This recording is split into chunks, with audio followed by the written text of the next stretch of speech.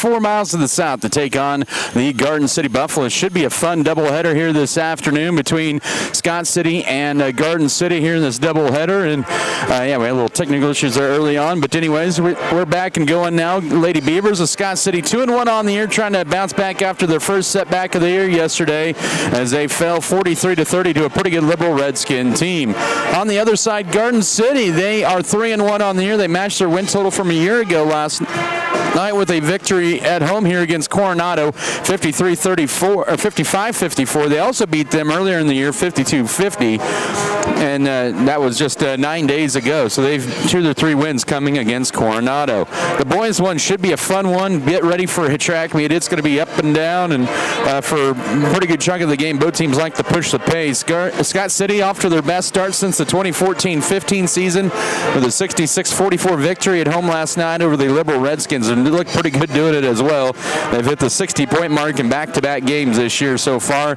Garden City, they are off to a hot start this year. They are 4-0 on the year, and they beat the Coronado Cougars last night here at home at the Garden, 83-60. First time Garden City's playing an out-of-state or an in-state team this year. First time Scott City is on the road this year. We'll come back after this timeout, and we'll come back with an interview with head coach Amy Felker. We'll do that after this timeout. This is Scott City Beaver basketball.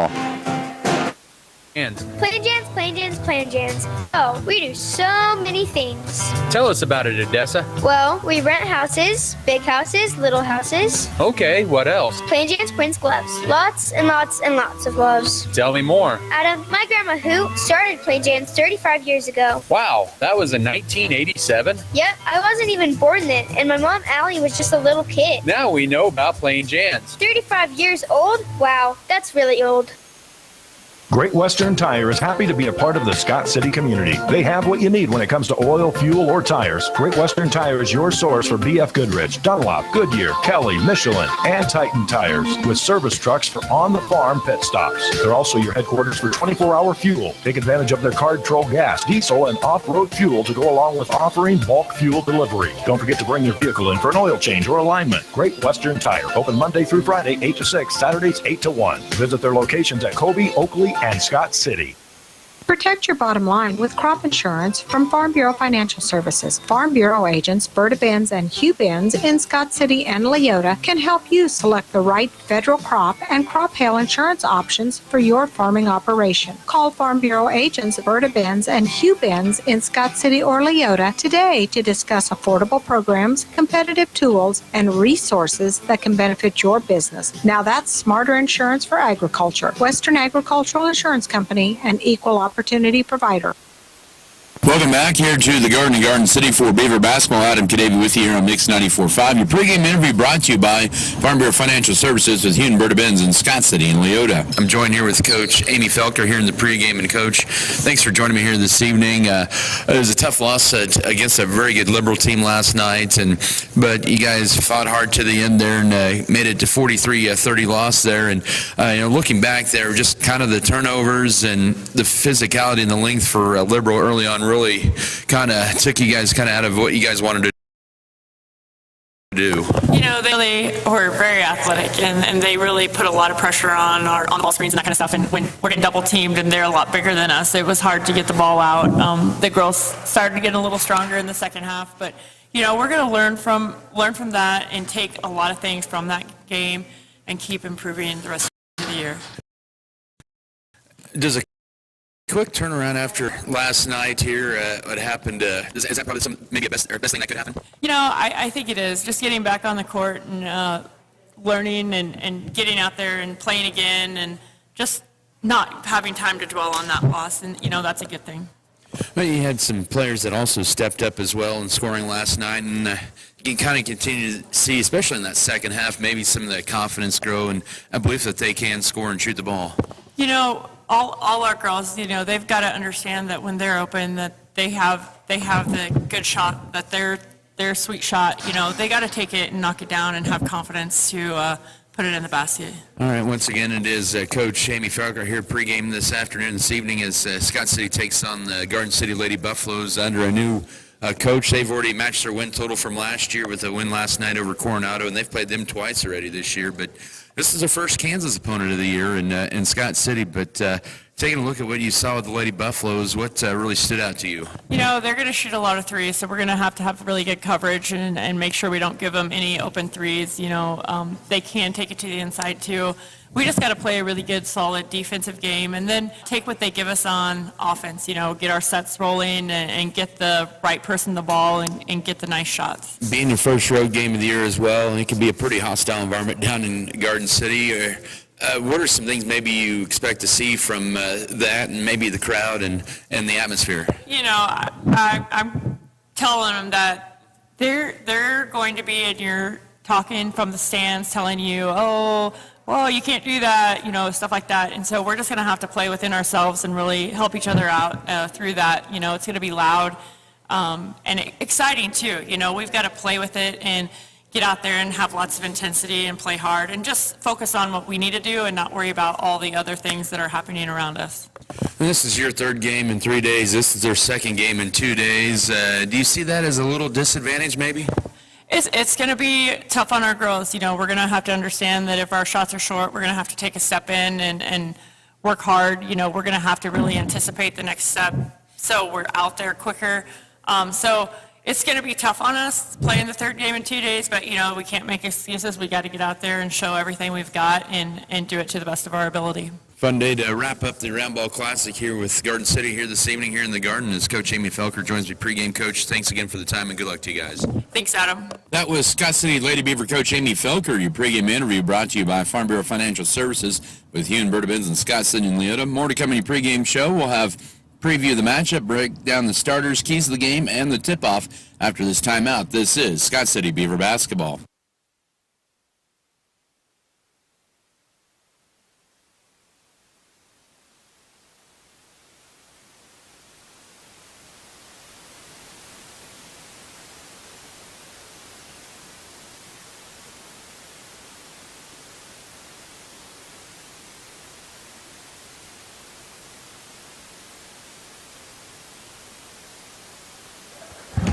And welcome back here to Garden City. I'm used to saying Scott City so much already this year that, we're not used to going down to Garden or on the road here. 3 games at home, and now the first one here on the road this afternoon as Scott City takes on the Garden City Lady Buffaloes here. The girls and the boys game should follow here, and as we'll break down this matchup here a little bit here for Scott City and Garden City here.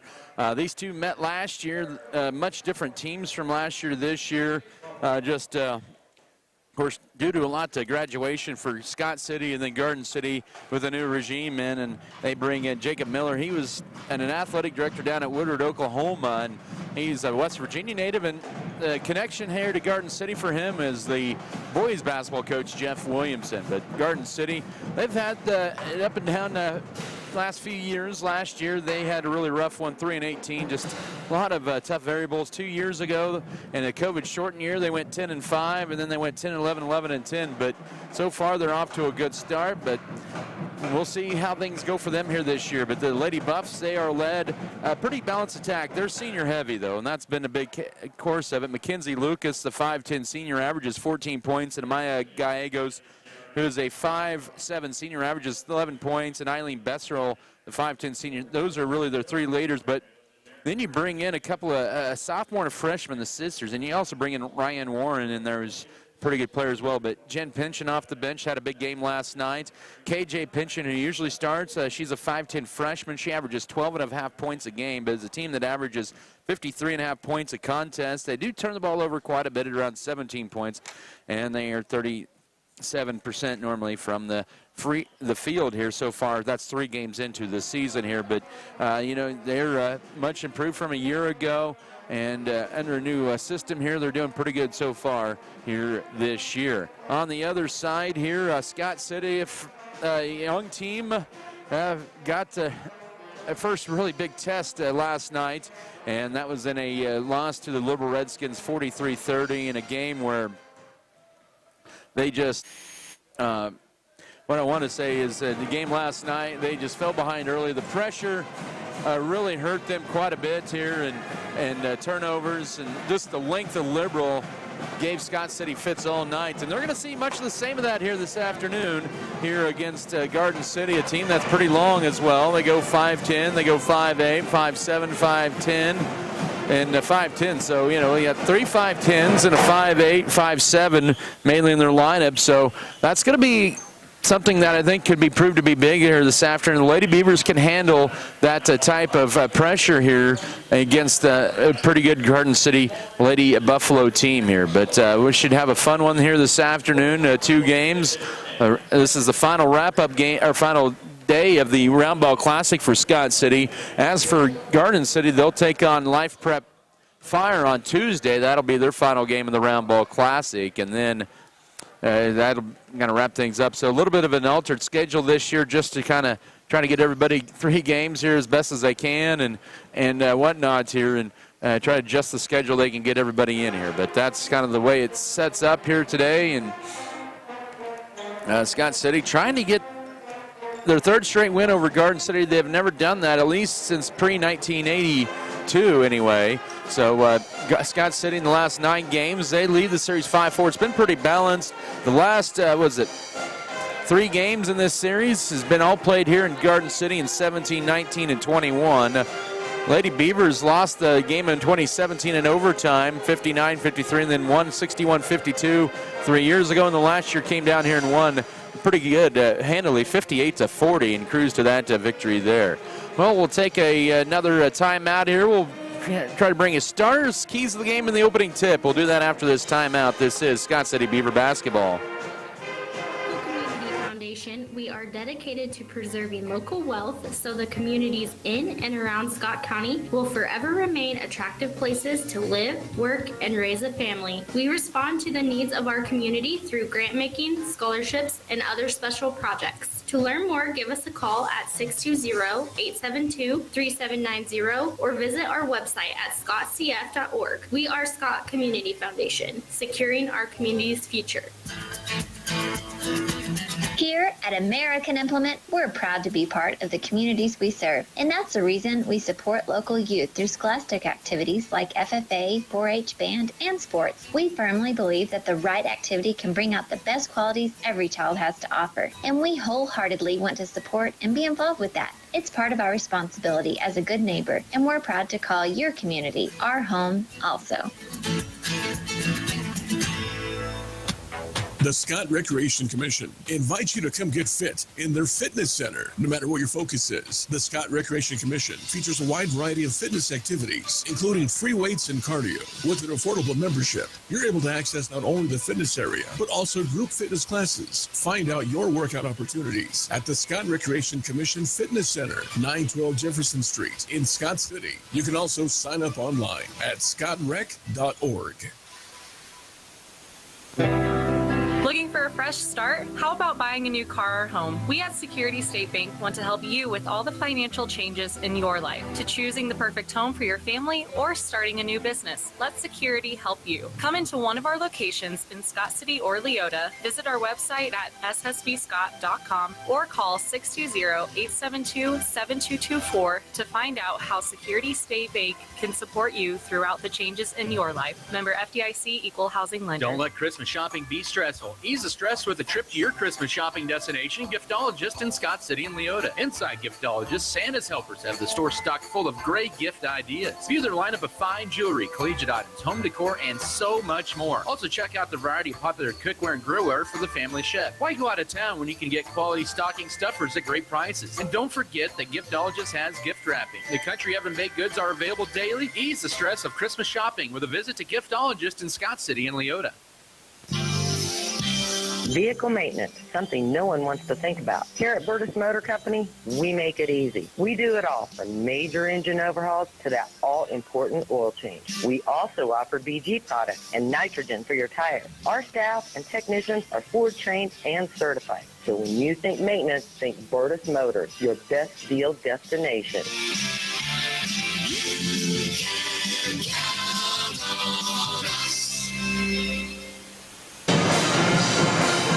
Glad to have you back here in Garden City. Adam Kadavy with you here. Let's pause momentarily for the station identification. This is Scott City Beaver basketball.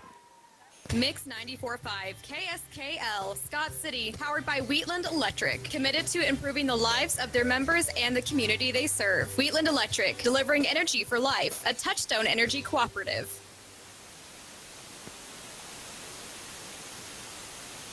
We'll be back after this timeout. For starters, this is Beaver basketball. Life is all about your vision. That's what Dr. Joshua Gooden and the staff at Scott City Eye Center believe. They care about your health and are dedicated to exceptional service to give your vision the level of attention it deserves. Dr. Gooden can diagnose and treat an array of eye diseases, conditions, and problems. It's easy to see that Scott City Eye Center cares for your vision. Schedule an appointment with Dr. Joshua Gooden today at 620-872-0040. Scott City Eye Center supports all area school activities. Fairley Feed Yard in Scott City takes pride in being part of Kansas's cattle feeding industry and is constantly aware of the specific needs of today's cattlemen. You can expect the best at Fairley Feed Yard, located 7 miles south and 6 miles west of Scott City. They believe in the importance of feed and ration preparation, health programs, death loss management, and overall handling of your feeder cattle. Fairley Feed Yard supports the area activities and youth of Western Kansas. Make Fairley Feed Yard your custom cattle feeder. That's Fairley Feed Yard of Scott City. If your furnace is not working, would you hire some random fixer-upper? Likely not. You'd call the real heating experts at Turner Sheet Metal Heating and Air Conditioning, your authorized Bryant dealer in Scott City, where they do whatever it takes to keep you warm inside. Find out how you can save up to 40% on your heating and cooling bill with the Bryant Evolution system. Call your Nate certified experts at 872-2954 to help you save money on heating costs. Free estimates are available. Turner Sheet Metal Heating and Air Conditioning, South Highway 83 in Scott City, where they do whatever it takes. Glad to have you aboard here in Garden City this afternoon. The Garden for Scott City basketball here as they take on the Buffaloes of Garden City here. As we will get you your starting lineups here momentarily. Those are presented by Security State Bank in Scott City and Leota. Free bill pay and online banking, safe, secure, and easy to use. Member FDIC, equal housing lender. For the for the Beavers of Scott City, once again, they are coached here by Amy Felker in her third season, assisted by Aaron Myers. It'll be the same five for game number 4. And Brentley Stevens, a 5'6 junior, averages 1 rebound through the first few games here. Kendall Gentry, a 5'3 sophomore, averaging 4.3 points, 3 rebounds a contest. Also starting this afternoon is a 6'1 senior, Brooke Strine, at 16 points a game, and had close to another double-double yesterday. Also, it is Erica Felker, the 5'6 junior. This will be her 47th consecutive start, as well as a Strine, 12.7 points per ball game. And rounding out the 5 is Cheyenne Kramer, a 5'9 junior, averaging 4.7 points and 4 boards a game. Brinley Stevens, Kendall Gentry, Brooke Strine, Erica Felker, and Cheyenne Kramer. For the Garden City Lady Buffaloes, they are coached by Jacob Miller in his first season, assisted by Devin Lindberg, Logan Beavis, Catherine Saul, and Tracy DeSalvo.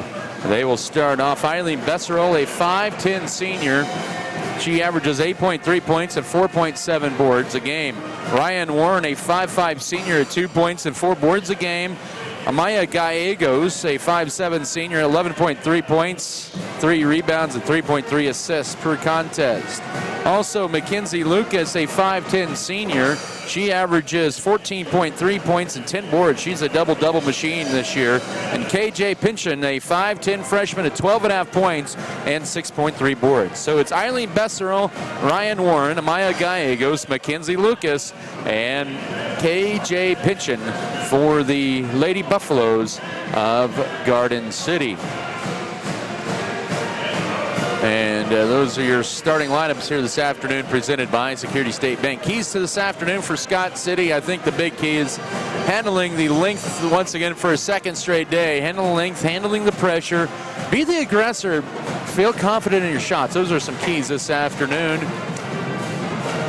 And Scott City will be wearing the road blues here, the road navy blues here for the first time this year. They will have the lighter blue numbers and letters and the white trim around that.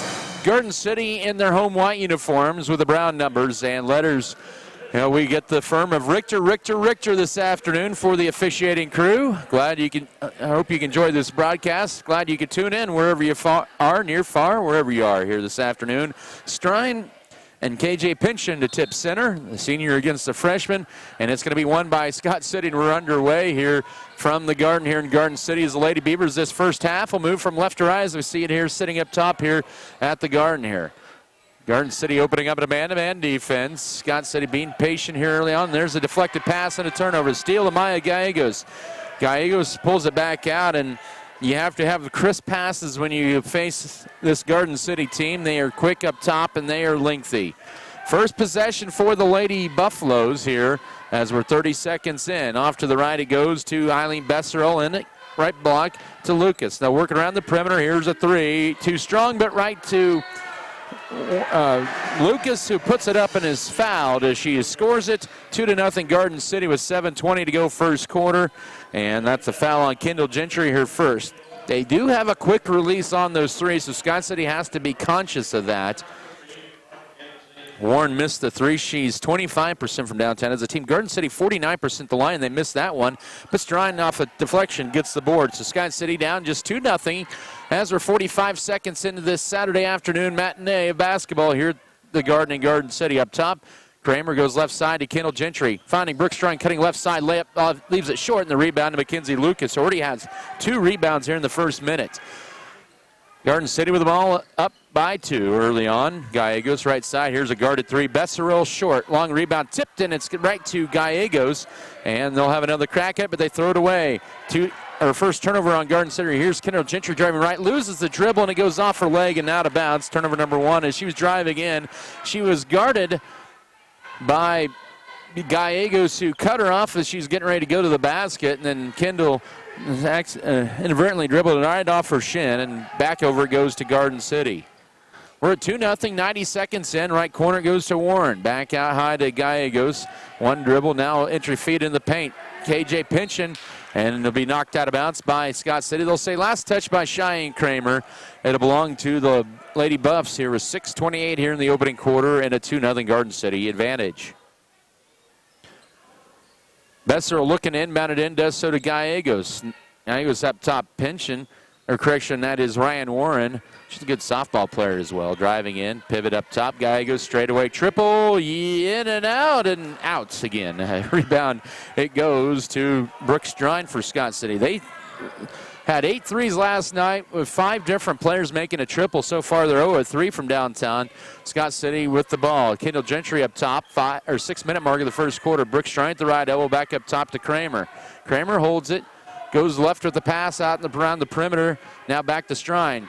Backside, here's Brinley Stevens for 2. Too strong. Had a good look at it from about 15. And the backside board goes to Ryan Warren for Garden City. They lead it 2-0. 5:40 to go first quarter. Scott City 0-2 from the floor. Left corner, here's a catch and shoot 3. Pynchon, too strong. But right on the backside is Warren, who had the rebound and then lost it. Second Garden City turnover. Lady Beavers have given up 3 offensive boards underneath the Kendall Gentry. Pulls back out. Cheyenne Kramer right side for 2. Wide left into the hands of KJ Pynchon for the board. Scott City's had some good looks here in the early going. 5:20 to work. We're still at 2-0 here for Garden City. We've been stuck there for 2 minutes. Lady Beavers 0-3 from the floor. Garden City is one of their first 5. They get it into Mackenzie Lucas pivots. They work it around. Warren will step into a 3 off the back iron rebound. It's loose, and we're going to get a pushing foul. That'll be on Eileen Besserell. Has a good box out that time by Scott City.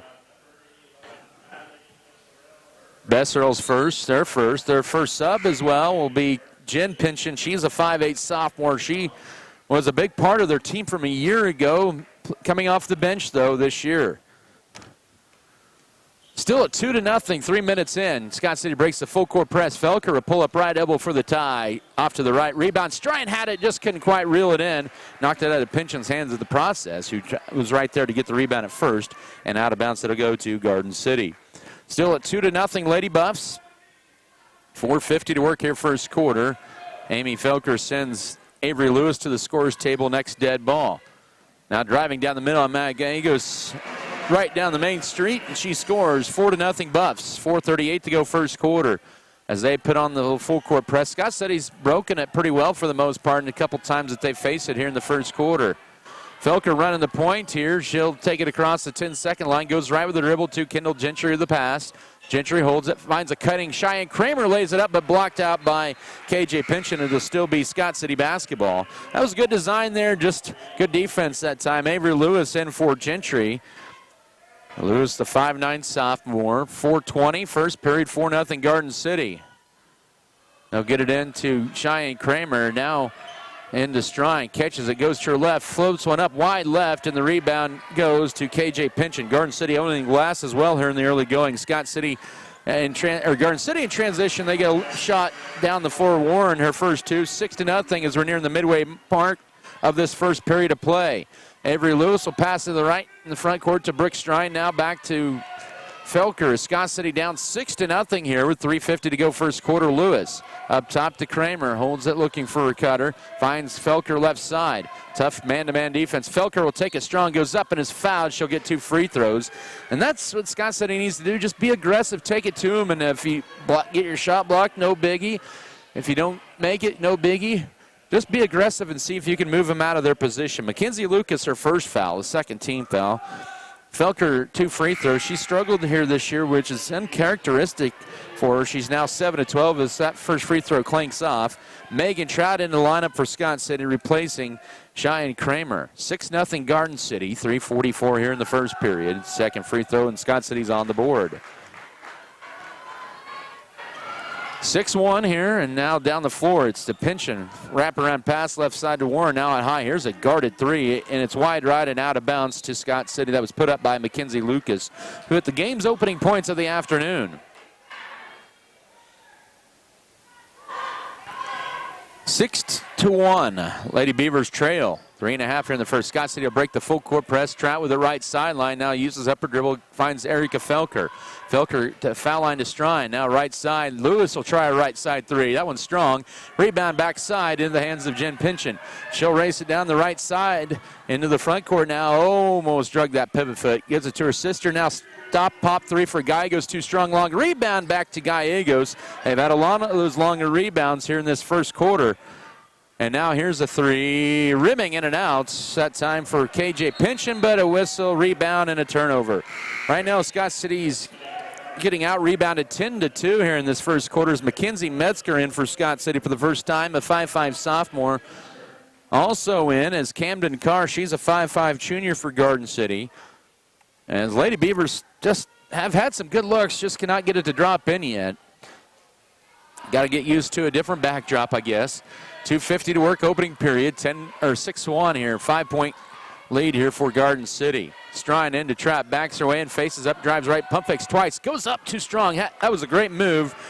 Couldn't quite get the backboard there, and here's Garden City back the other way in transition.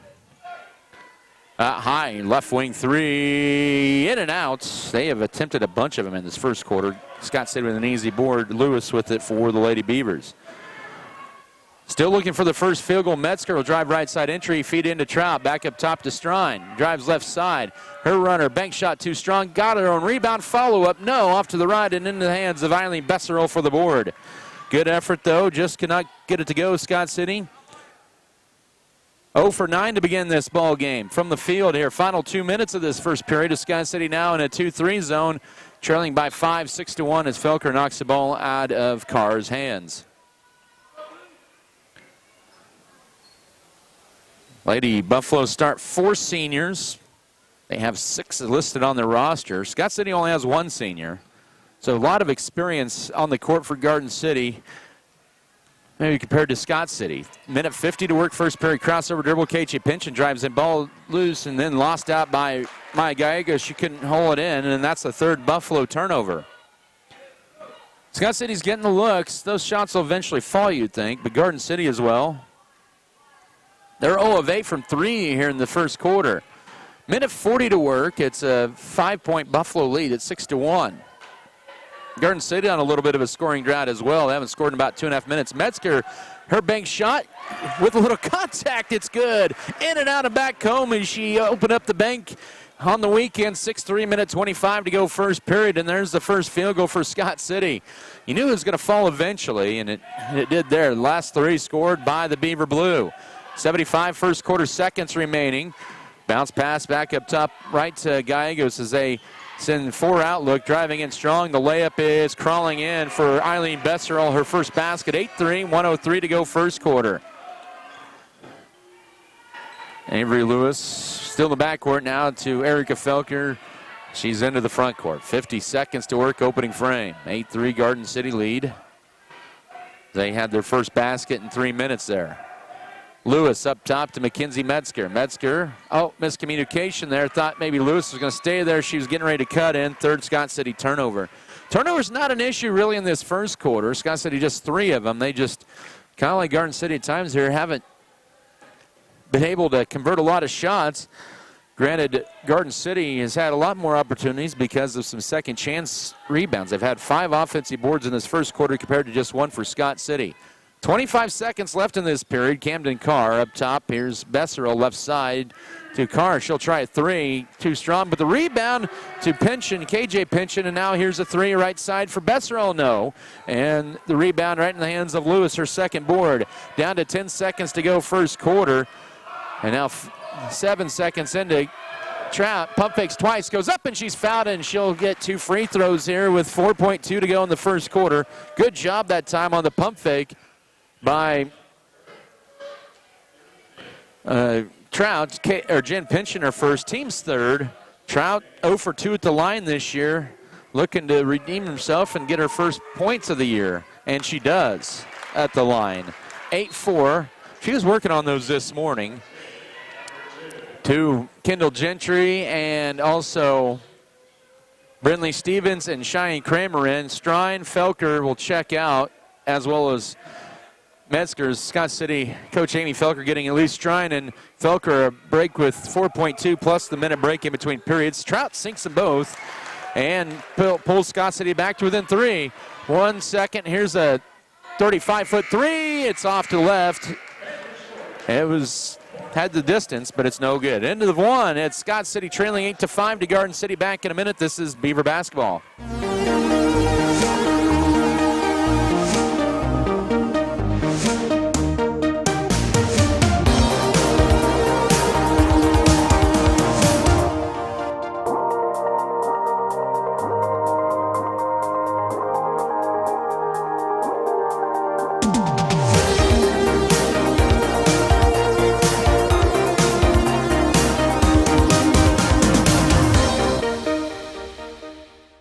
For exceptional service in real estate, put Stephanie Shapland at Shapland Real Estate to work for you.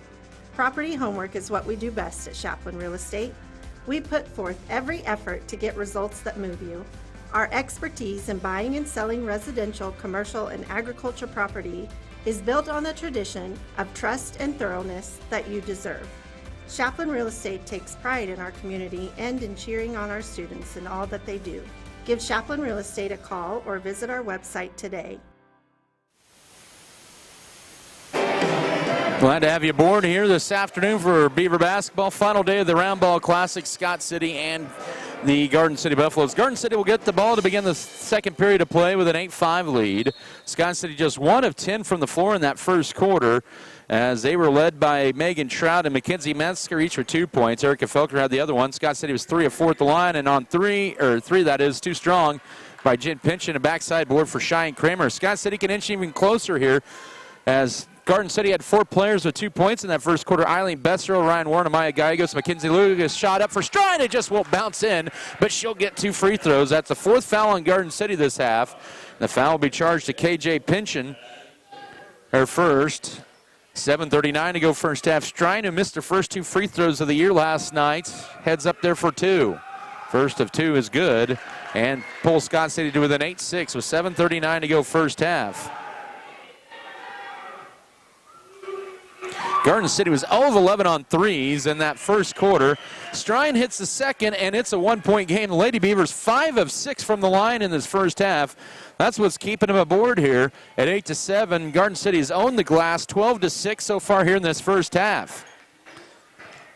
7:25 to work before halftime. And almost a turn. Garden City, by the way, on 2-point baskets was 4 of 4, so they're 4 of 15 from the floor. And ball deflected, and fourth turnover. Scott City can get their first lead of the afternoon here. They've only hit one of the first 10 field goals. Left corner to Kendall Gentry into Strine, catches it, power dribble, goes up high off the glass, and Scott City leads it. Strine with the first 4 of the period for Scott City, and they have their first lead a minute into the second quarter at 9-8. So they're on a 6-0 run, and they have their first lead of the afternoon. 9-8 your score, Lady Beaver advantage here. 6:45 to go first half, and that's going to be an offensive foul up top. Kendall Gentry taking the charge. That time Camden Carr wanted some separation from Kendall Gentry and stuck the forearm out and used it as a lever, and that's her first. As in will be Mackenzie Lucas and also Ryan Warren. Out will be Camden Carr, Jen Pynchon. Both teams don't go particularly deep. Scott City goes 3 deep. Here's Strine on the other end. Her shot too strong. Rebound loose. That's touched by Kramer. Yep, and it's going to be Scott City or Garden City ball. Good idea there, trying to go to the well once again to Strine underneath there. Just couldn't quite get that shot to go. But Lady Beavers with a 1-point lead. 6:35 to go first half. As I mentioned, Garden City will only play about 7 players. Scott City will play 8. We're going to see a complete opposite thing in the boys game. Scott City will go 10-12. Garden City will play up to 9-10, and that's a travel out high and an unforced error. Lady Buffaloes with 3 turnovers in their first 4 possessions of this second quarter with 6:21 to go before halftime. Scott City looking to extend their 9-8 lead, their 6-0 run as well. Felker with it out high. She'll bring it across. Looks over at Coach Amy Felker for the play. Now to Brentley Stevens up top as Garden City in a man-to-man. Now Felker drives left side, pulls up for the jumper, bounces around off, rebound fought for, and it will be in the hands of Mackenzie Lucas, who collects her 4th board of the half. Good shot from Felker, but just will not drop in. 5:55 to work now. Splitting the defenders in a strong move in the layup, halfway in and out. That time for Maya Gallegos, and Strine collects her 3rd rebound of the half. Scott City with a 9-8 lead. Garden City has not scored in the last 3+ minutes. Kendall Gentry head fake. She'll drive to left elbow. Her jumper off to the left, and the rebound. We're going to get a tie-up. Good job by Strine tying up KJ Pynchon after Pynchon originally had it. It'll still belong to Scott City as Avery Lewis replaces Cheyenne Kramer. 5:38 to go first half. Scott City 9, Garden City 8. They'll get it. Stevens gets it into Strine, catches it right side. Big shot, good. Scott City going to Strine off the inbounds, 11-8 with 5.5 to go first half. And the Lady Beavers on an 8-0 run, and they've hit 2 field goals in this second quarter. Strine has all 6 of Scott City's points this period. 5:20 to work first half after Strine had missed her first 3 shots. She's hit 2 of her last 3 and stolen by Felker up top. And here's the turnover. Felker driving right side, right-handed layup. Yes! Her first field goal, she has 3. Garden City wants time. It's a 10-0 Scott City run with 5:10 to go first half. It's a full. It's 13-8 Lady Beavers. Back in a minute. This is Beaver basketball. To us, it's about so much more than just providing the technology. It's about enriching the communities we live in. Because your community is our community. Where you live, where you work, where you play, we do too. Whatever you do, and wherever you are, our service supports you. Next Tech Wireless, we are Kansas.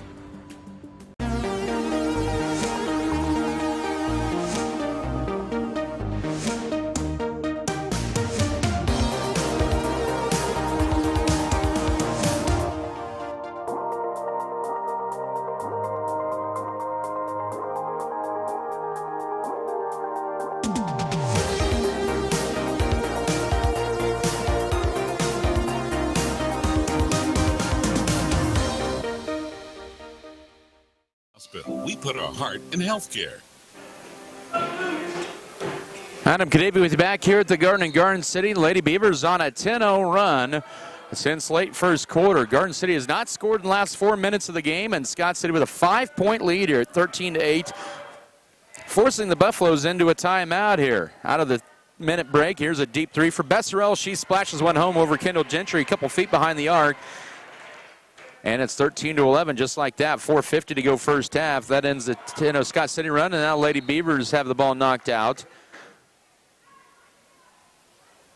And it'll stay Scott City's ball here. 4:46 to go in the half. But a 2-point Scott City lead at 13-11. They played pretty good defense off the inbounds here. Strine shot up, bounces off to the right, but she draws the contact.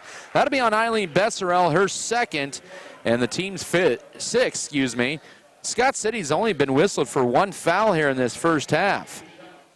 Strine with 2 free throws. She has all 6 of Scott City's points this quarter, And that one rimming around and dropping home. 14-11, 4:45 to go first half. And so far in this second quarter, Garden City has not had an answer for number 3. Second free throw splash. Nothing but nylon. 15-11. Scott City pretty good in the first half of the line at 7 of 8. Garden City 0 of 1 at the line. They did hit their first 3 a little while ago. 15-11, 4.5 to go first half. With it is Jen Pinchin. Now loses the dribble, and we're going to get a tie-up at half court there. Nope, they're going to get a push beforehand. Nope, it is going to be a tie-up. Good effort there by Erica Felker. Possession arrow does side toward Garden City. They will get it up top to Maya Geigo. It's a 4-year player for the Lady Buffs in the varsity. She'll get a screen, drive around, pull up for the 17-footer, misses it wide right. Scott City battling for the rebound. It's in the hands of Garden City, but then we're going to get a tie-up again. As Ryan Warren had it originally, and then Kendall Gentry, among others. There are 3 blue shirts in there vying for the ball, and it'll be Scott City's ball in the dead ball possession arrow. Here with 4:15 here in the half. Scott City looking to add to their 4-point lead. They've led by as many as 5 here. They're on a 10-3 run here in the second quarter. Lewis right corner, gets a screen, drives around left, bounce pass into Strine, low pass, and it's also poked away. And Scott City just their 4th turnover of the half, just past the midway point of period 2.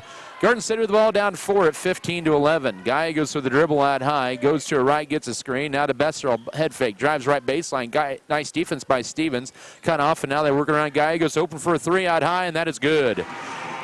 Their second 3, and they've pulled it within 1 at the 3:37 mark of the first half of 15-14. That's all their points are on 3. Scott City breaks the press. Stevens now to Avery Lewis. Oh, they're going to call her for a walk. Boy, I thought she kept the pivot foot down, but the official says no. And that's back-to-back Scott City turnovers, and turnover number 5. He had the better view than I did. Garden City with an opportunity to retake the lead. All their points coming from the 3-point arc in this second quarter. They had 8 threes last night. They've hit 2 this period. They were their first 11 in the game, and now they're 2 of 2 in the second. 3:15 to go first half, and 15-14 for Scott City. Up top, Geigo, she got away with a walk there.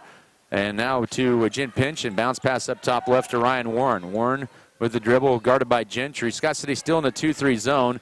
And Besserell now left side to Gallegos, looking now high to Ryan Warren. Goes right side, and poked away, and they're going to get a reach-in foul on Erica Felker. That'll be her first, and that's just Scott City's second foul of the half here. With 2:54 to go before halftime, as Mackenzie Metzger and Megan Trout in for Scott City. Kendall Gentry, Brinley Stevens out for the Lady Beavers. We're up by 1. Garden City to inbound it. Lady Beavers have stayed in that 2-3 zone this first half. A screen for a Gallegos looking into Jen Pinch, and now they're working around the perimeter. Here's the left corner. 3 for the lead. Too strong. Put up by Ryan Warren, and in the hands of Megan Trout. Scott City up by 1 in transition. Here's Strine. Her left-handed layup is good down the left lane line. She has all 10 of Scott City's points here in this half, and they're up 17-14. Oh, yeah, 10 of Scott City's 12, I should say. 2:25 to go first half. Lady Beavers up by 3. Garden City with the ball almost poked away. Now Gallegos will drive in. Kick it right corner to Besserell. 3 for the tie. That is off the back iron, and a good rebound by Avery Lewis, her 3rd board of the half for Scott City. And they want to go in transition down the floor. Too high for Metzger, just off her hands, and she mistimed her jump as well. That was a good idea for Scott City, but just a little bit too far. 6th turnover of the afternoon. As Garden City brings in KJ Pinchin. Also, another player out will be Mackenzie Lucas and Ryan Warren. That's Camden Carr back in. I believe there for Garden City it is. 2 minutes here in the first half. Scott City with a 12-6 second quarter run to take a 17-14 lead. They've led by as many as 5. And the no-look pass thrown away. and a turnover. That's Garden City's 8th of the half. Down the floor to Metzger, deflected late on the pass, and a whistle and a foul. A turnover and a foul. Scott City now with 3 turnovers in the last 4 possessions. That foul will be charged to Mackenzie Metzger, her first. Minute 46 here in this first half as Scott City with a 17-14 lead here in Garden City. Lady Beavers trying to win their 3rd consecutive game against Garden City, which we believe has not happened in series history. Here's a screen to 3. We're tied. Maya Gallegos with 8 and 2 threes in the period. All 9 of their points from behind the arc. We're tied at 17, final 90 seconds of this first half. Our first tie of the afternoon. Metzger with the dribble now needs help, finds Avery Lewis right baseline. Looking for a cutter, bounce pass up top, right to Erica Felker, holds it. Into Trout, catches it back to Felker, right corner for an answer back 3. Too strong, rebound, missed time. Garden City and Scott City on the jump, and then ended up into the hands of Pynchon. That's KJ Pynchon, or your 5th rebound, and now a 3 on the way. No for Gallegos. Rebound, Brooke Strine, her 4th board of the half. We're tied at 17, final minute before intermission. Scott City brings it across left to right here, left side to Avery Lewis. Up top to Strine, catches it. Off a screen to the left, here's Erica Felker, drives the foul line, trying to thread the needle of the bounce pass, and then stolen away, and then ripped away by Felker, who banks it, too strong, and then a whistle, and we're going to get a reach-in foul on the Felker with the hold. That'll be her 2nd and the team's 4th. Here's Kendall Gentry in, replacing Erica Felker. Have to check out with 2 fouls here with 38 seconds to go first half. Well, they had a couple of good looks that time. Garden City will slow it down as they bring it across. Tied at 17. Been a good first half. Final 30 seconds left. Imagine the Lady Buffs will go for the final shot here. They led 8-5 after 1. We're tied at 17. And driving in strong. And that time Strine stuffs Pynchon, who went up for the shot, and then Garden City got the rebound. Now they'll kick it up. Gallegos for a 3rd 3 of the quarter. It's good. She has 11 and 3 threes, 20-17 with 12 seconds to go first half. And another second chance opportunity cashed in. Scott City down 3, and they travel with it up top. And turnover number 8 with 5.2 to go first half. Scott City has dominated this second quarter, but all 12 of Garden City points have been from behind the arc. Crowd out here with 5 seconds to go first half. 4 seconds, 3, 2 seconds. Gallegos 1 second. They do not get the shot off in time, and it was missed anyway by Carr. But a good first half. Scott City had the lead for most of this period, but Garden City with 4 threes leads 20-17 at intermission. Back in 3 minutes for your halftime show. This is Scott City Beaver basketball. As your local community foundation, we are dedicated to preserving local wealth so the communities in and around Scott County will forever remain an attractive place to live, work, and raise a family. We respond to the needs of our community through grant making, scholarships, and other special projects. To learn more, visit us online at scottcf.org.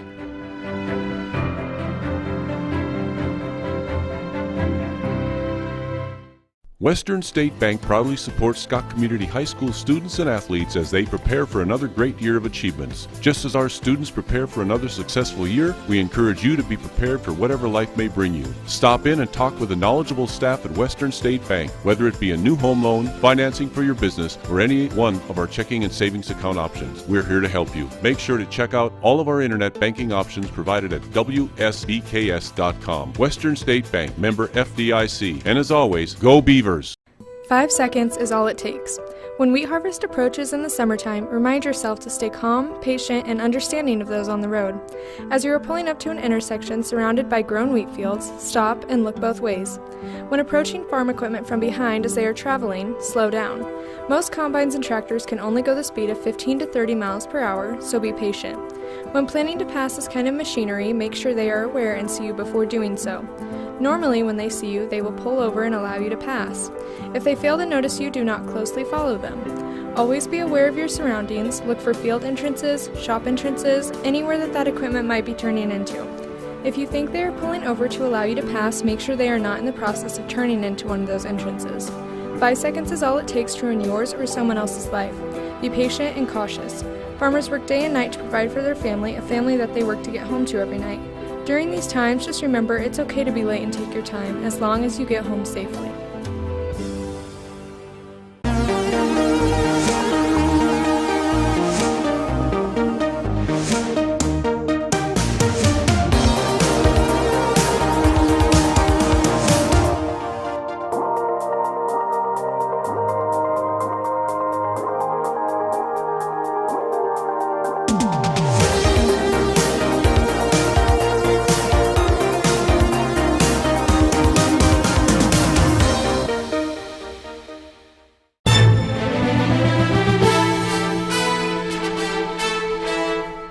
If you are in the market for a new or used vehicle, check out J&R Car and Truck Center of Scott City. J&R Car and Truck has a fully trained service and part staff for repairs on most makes and models of vehicles. Locally owned and operated, J&R Car and Truck Center provides over 250 new and used vehicles in stock and ready to be delivered. Stop on in and check out jrcarandtruck.com for your next vehicle. J&R Car and Truck Center, your Chevrolet, Buick, and GMC dealership in Scott City.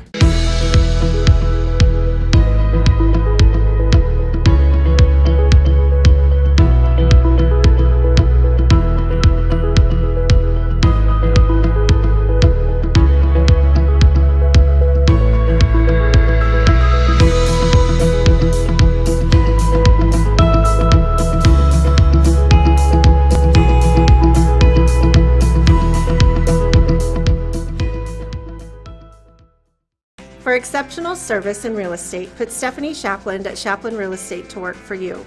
Property homework is what we do best at Shapland Real Estate. We put forth every effort to get results that move you. Our expertise in buying and selling residential, commercial, and agriculture property is built on the tradition of trust and thoroughness that you deserve. Shapland Real Estate takes pride in our community and in cheering on our students in all that they do. Give Shapland Real Estate a call or visit our website today. Had 2 each for Mackenzie Metzger and Megan Trout.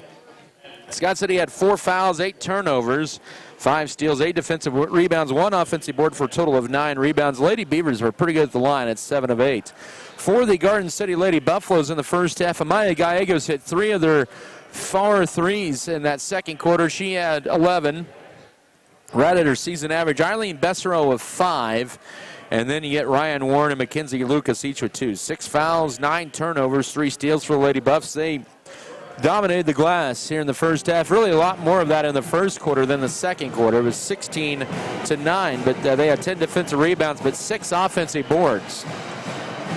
Lady Beavers trail here at the break. It's 20-17. Back in 3 minutes, this is Beaver basketball. All over. And it doesn't take much for a vehicle to get dirty. Rural populations have significantly higher suicide rates. The suicide rate among farmers is 3.5 times higher than the general population. Financial pressure, severe weather, and lack of mental health resources is associated with farmers' stress. Farmers are the backbone of America, yet attention and support for our agricultural community's well-being has been overlooked. If you or someone you know is struggling, call the suicide hotline at 800-273-8255.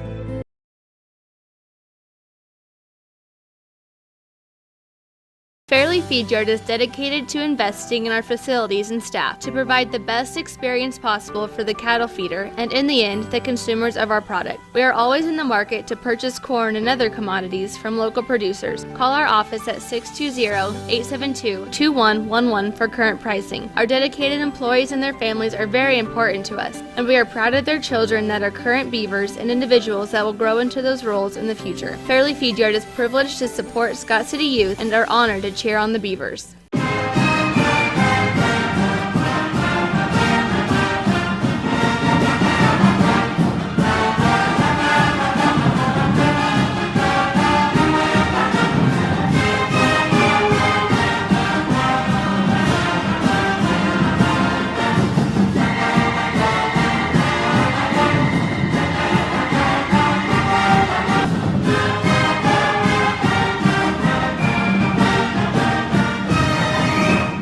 To us, it's about so much more than just providing the technology. It's about enriching the communities we live in, because your community is our community. Where you live, where you work, where you play. We do too. Whatever you do, and wherever you are, our service supports you. Next Tech Wireless. We are Kansas.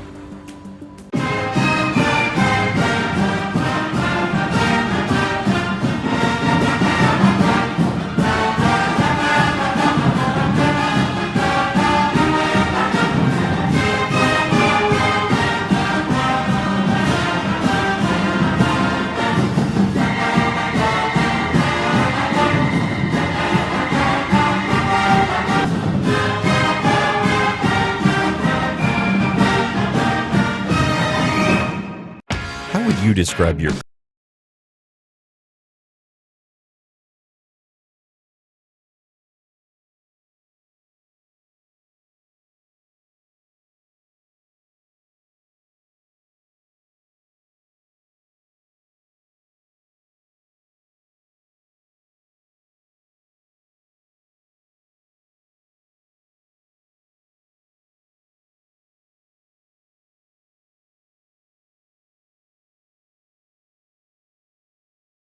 Garden City, Adam Kadavy with you here as Lady Beavers down 3 at the break, 20-17 here. As we take a look at the first half stats here, Scott City did recover a little better in that second quarter. They ended up attempting 16 two-point baskets. They were 5 of 16 on two-point baskets, went 0 4 on threes. They missed, let's see, just 2 threes. They were 5 of 18 from the floor in the first half. They only attempted 2 threes in that first half, but 5 of 18 from the field, but shot the ball better in the second quarter. For Garden City, they made 4 two-point baskets in the first quarter, and then they made 4 three-point baskets in the second quarter. They were 8 of 21, or make that 8 of 24 from the floor for 33%. 4 of 19 on threes, 4 of 5 on two-point baskets, and from the foul line, they only had 1 attempt, and they missed that on the three-point play. Foul trouble here for Scott City and Garden City. Lady Beavers have Erica Felker with 2 fouls. For the Garden City Lady Buffaloes, it's Eileen Besserell who has 2 fouls. Scott City will be back home next 2 of their next 3 games before the Christmas break. Tuesday night, the Cimarron Blue Jays come to town. And Cimarron is taking on Holcomb tonight for the second time in 8 days, as they're in that Cimarron Blue Jay Classic Championship game. On the girls' side, that game's slated to start at 6 o'clock in Cimarron, and you can hear that game if you want to listen to that broadcast on AM 1030 KBUF. Now, Scott City will go to Colby next Friday.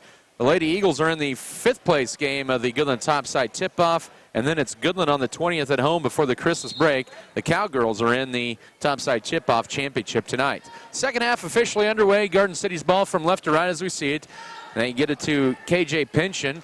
Also out there, Maya Gallegos, Ryan Warren, Mackenzie Lucas, and Eileen Besser underneath. Shot no. Rebound goes to KJ Pynchon, and it's ripped away by Scott City. 10th turnover. As they one and done there for them in the half. Here's a 3 for Gentry, too strong, and Scott City missed time to jump. Eileen Besser will track down the rebound in the quarter. Good look for Gentry in the left corner for the tie. We're 35 seconds into the second half. Scott City's only attempted 3 threes this afternoon. They're 0-4. They really struggled from three-point range last couple of games. They hit 3 of those in the fourth quarter last night. Driving left side, cutoff is going to be Eileen Besser. Back up top, it goes to Maya Gallegos. Scott City in a 2-3 zone, trailing by 3, first minute of period 3. Right side, here's Pynchon, drives the right baseline, cut off and almost saved into play. Good defense by Cheyenne Kramer, had it, but then couldn't quite keep it in bounds right along the baseline. As it'll be sister for sister there, Jen Pynchon in for KJ Pynchon. First minute of this third quarter. They'll look to inbound it in. They'll throw it up top. And, boy, Scott City dodged one there because Ryan Warren was wide open on the right baseline for 3, and Scott City did not catch her there. Right baseline, here's Jen Pynchon and draws a block on the baseline with 6:52 to go third quarter. I believe that's on Brindley Stevens. Yep, and that's her first. Scott City's first foul of the half. As it'll be Eileen Besserell to trigger it in. And now up top, and pinch, and she'll drive in, almost stripped by Felker. She has to be careful. She has 2 fouls, and that's going to be a hold on Kendall Gentry. That'll be her second team foul of the half. 6:49 to go, third quarter. We're still stuck at 20-17. The Lady Beavers have been on a 3-minute drought here. Approaching a 4-minute drought, driving in. And Lucas, that's going to be a travel before she throws the shot up, and that's the 11th Lady Buffalo turnover. Scott City on a 4-minute drought here after the basket by Brooks trying to make it 17-14, the Beavers at that point. It's been a 6-0 run, and the last 12 points for Garden City all behind the three-point arc. Knights give and go to Strine, but a good poke out of there by Eileen Besserow. And those two have a good little laugh there. It's still going to remain Scott City ball as Stevens looking to inbound it. Finds Kramer, ball deflected but picked up. Now Stevens pump fakes, bounce pass into Kramer at the mid-post left. Felker will try a deep straightaway 3 for the tie, and she can't quite get the bank in, but Kendall Gentry gets the rebound off the deflection, put up too strong. Strine mistimed the jump. That's going to be last touch by Garden City, and it will stay with Scott City here with 6:24 to go, third period. Couple good looks there for Scott City. Stevens looking to inbound. It finds a cutting Kramer. Her shot is blocked on the left side, and the rebound to Garden City into the hands of Ryan Warren. 3-point Buffalo lead, 6:18 to go, and then Warren turns it over. And Garden City with 3 turnovers in this period, 12 for the ball game. And Scott City will get the ball here, down 3 here. Still pretty no scoring here in this third quarter. And a double dribble and an unforced Scott City error that time on Erica Felker, Scott City's 9th mistake of the afternoon. Back over it goes. 6 minutes to go, third quarter. Still no scoring yet in this third quarter. Lady Beavers down by 3 at 20-17. Here's a 3 up top, and that is good for Maya Gallegos. She was a couple feet behind the three-point arc. It's 23-17, 5:50 to go here in this third quarter, and that is her 4th 3 of the night. She has 14. The last 15 points for Garden City have been on 3s and a turnover.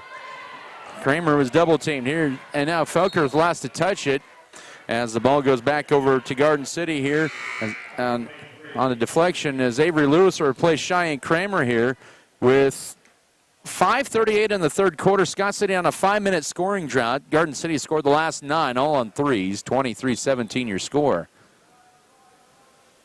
So Gallegos has been the hot hand this afternoon with 4 threes and 14 points. She has hit 4 of 8 from three-point range. Left side, the pass by Eileen Besserow way too high and out of bounds. Garden City's 13th turnover. Scott City has to start taking advantage of these turnovers, get some points off turnovers here. They find themselves down, matching their largest deficit. 5:20 to work third quarter. Still pretty good game here. 23-17. Avery Lewis with it right side. We'll go to the right corner to Brentley Stevens. She'll dribble around the perimeter with 1 dribble left. Finds Strine. Pivots now up top. They'll work around left side to Felker. She'll drive left baseline. Layup good. Good ball movement by Scott City, and Felker ends the drought. 23-19. 5 minutes to go third quarter. And Scott City with their first points of the half. Lead down to 4 for Garden City. Here's Jen Pinchin. Throws it at his left corner to Warren. Now they work it up top. Right side. Besserow will try a guarded 3. Off the heel. Rebound. Tipped around and in the hands of Kendall Gentry for Scott City. Lady Beavers down by 4. 4:38 left in this third. Left corner to Erica Felker from Kendall Gentry. Felker gets the screen, works around, pulls up from 17. Left side, swish. She has 7, and it's 23-21 with 4:27 to go third quarter. 4 quick points for the Beaver Blue, and they're down 2 here in the middle of the third quarter. Here's Maya Gallegos. That's going to be a foul on Felker. Trying to get around the screen. That almost could have been a moving screen, but Randy Richter says nope. Felker, that was her 3rd. That's a big foul for Scott City. Their second, or make that 3rd of the half. With 4:18 to go third quarter, and Scott City's hot hand in this period is checking out with 3 fouls. Mackenzie Metzger also in there for Scott City, replacing Felker. 4:10 to go third quarter. Good defense by Gentry up top. Now here's pull-up jumper. Good for Jen Pinchin for 2. 25-21. Midway point of this third quarter.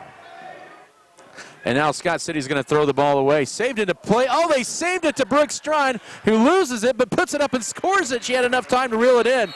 That was one of the most unusual plays. Timeout for Scott City. It's a 30-second timeout.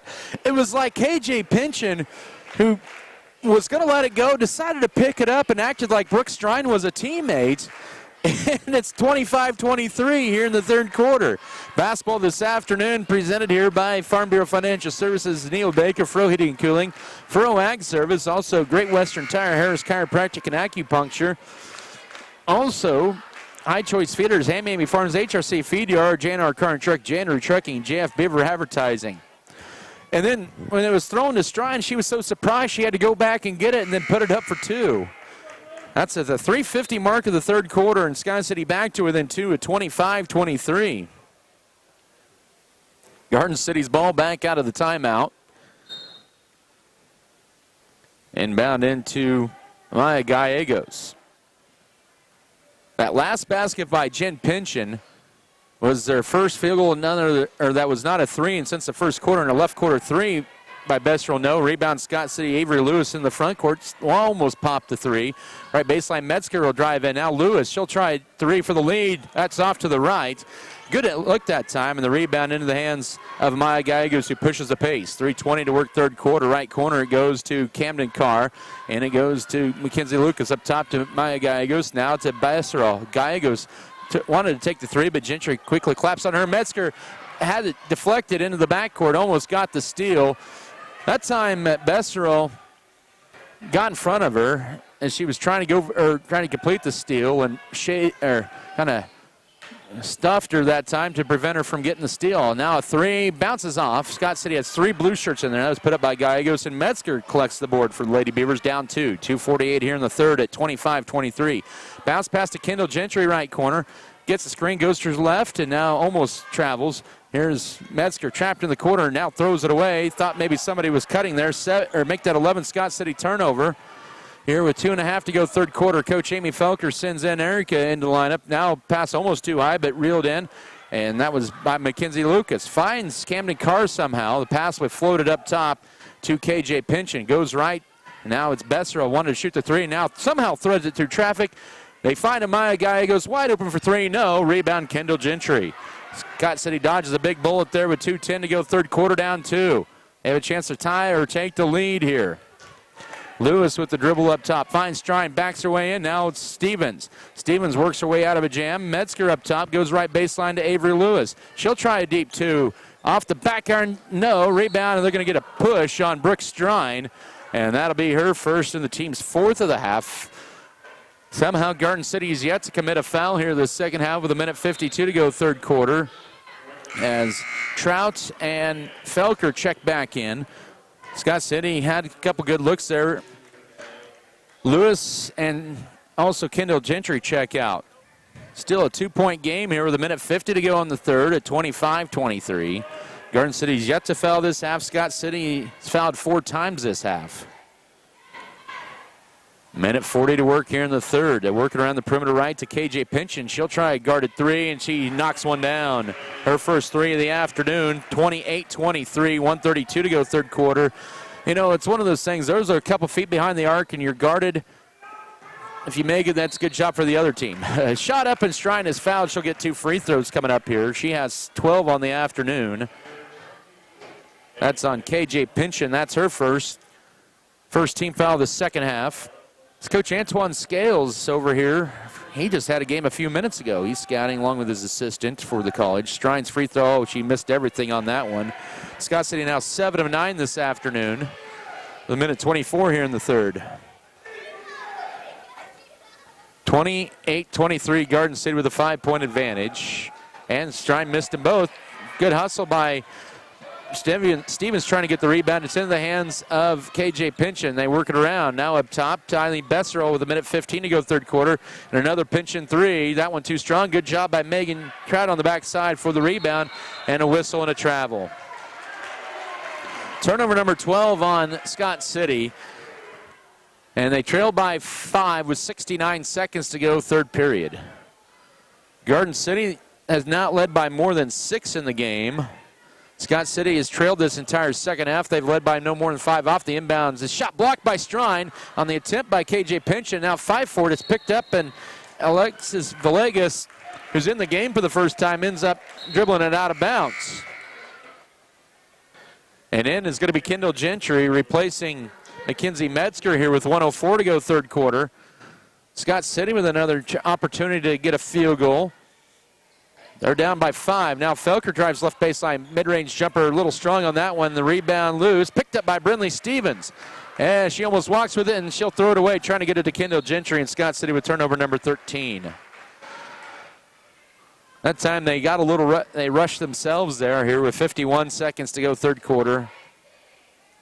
All of a sudden, Scott City, kind of a little bit of a scoring lull, but they've been better in the second quarter, and maybe they'll be better in the fourth quarter here this afternoon.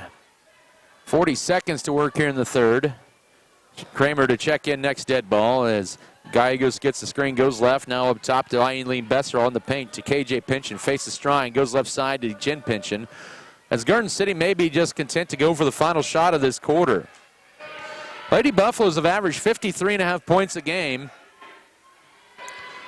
Lead 28-23 with 18 seconds to go third quarter.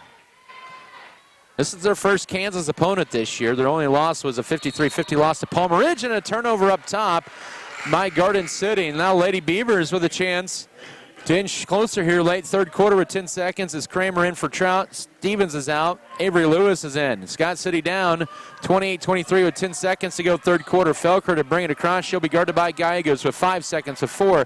Gets the screen, goes left. Now left baseline, 2 seconds. 1 second. Trying to fire up a desperation 3, and it's no good. It's wide left, and that's the third quarter.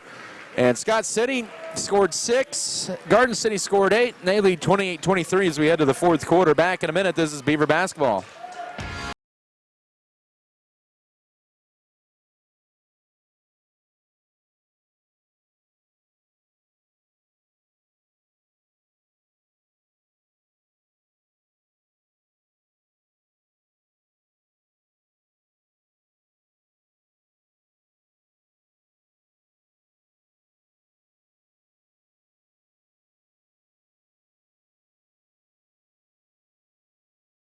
Here. Adding value to our community has been our priority since day one. That's why the Scott Co-op is here with 8 elevator locations, 2 service stations, 5 card trolls, bulk fuel and oil delivery, as well as a full-service agronomy department, including agronomy services, seed, chemical, fertilizer, and custom application. Visit us online at scottcoop.com or download our app for more information. Scott Co-op is a proud supporter of our local communities. Delivering energy for life, your Touchstone Energy Cooperative. Fourth quarter set to begin here. It'll be Scott City ball down 5 at 28-23. Scoring here for Scott City, Brooke Strine leading the Lady Beavers with 12. Erica Felker with 7. Amaya Gallegos has 14 points, including 4 threes. Eileen Bestrell's added 5. Garden City's hit 6 threes. Scott City is yet to hit a three-pointer. That's, 18 points, and then you figure in 7 for Scott City, the foul line, 7 more than Garden City, who has not hit a free throw. Kendall Gentry now to Erica Felker. A catch and shoot 3 is on the way, and it's good. Her 8th triple pulls Scott City back to within 2 here in the opening slate of the fourth quarter at 28-26, and there's Scott City's first 3 of the afternoon. And a travel out high on Villegas, 16th Garden City turnover. Scott City can tie or retake the lead here. They have not led this second half. First seconds of the fourth quarter at 28-26. Gentry to the front court, a little stop and go dribble. Right corner to Shine Kramer, flashing her to the right post to Strine. Gentry up top, Felker, another 3 for the lead. Oh, halfway in and out, rebound tipped. Avery Lewis tracks it down for Scott City. Back goes to Felker. She'll drive in, her runner. Yes, he's got it. She has a dozen. And we're tied for the second time tonight in the first minute of the fourth quarter at 28, 7:15 to go. And now driving in, here's a layup. Blocked by Strine, rebound Avery Lewis. That was put up by Besserell, and Scott City can retake the lead. They have the first 5 of the fourth quarter. 7 minutes to go in this one. Pass intercepted in 14th turnover that time. It's Jen Pinchin with 2-on-1 numbers. Drives in on Gentry. A layup, no, but a foul. This will be Garden City's first trip to the line since the first quarter. Kendall Gentry picks up foul number 3 with 6:54 left. 2 free throws coming up here. Just 1 foul on Garden City this half. 5 on Scott City. Pinchin, who has struggled this year at the line, just 20%, but I'll probably reverse jinx her. Whoop, she misses that one. Trio of Lady Buffaloes in. Camden Carr, Ryan Warren, and Mackenzie Lucas. Well, one of them has to stay out. It'll be Lucas that'll stay out. Garden City has 6 on the court. Now they got it corrected, and now 5. So I guess one of them was supposed to check in for somebody, and one was going to check in for the shooter.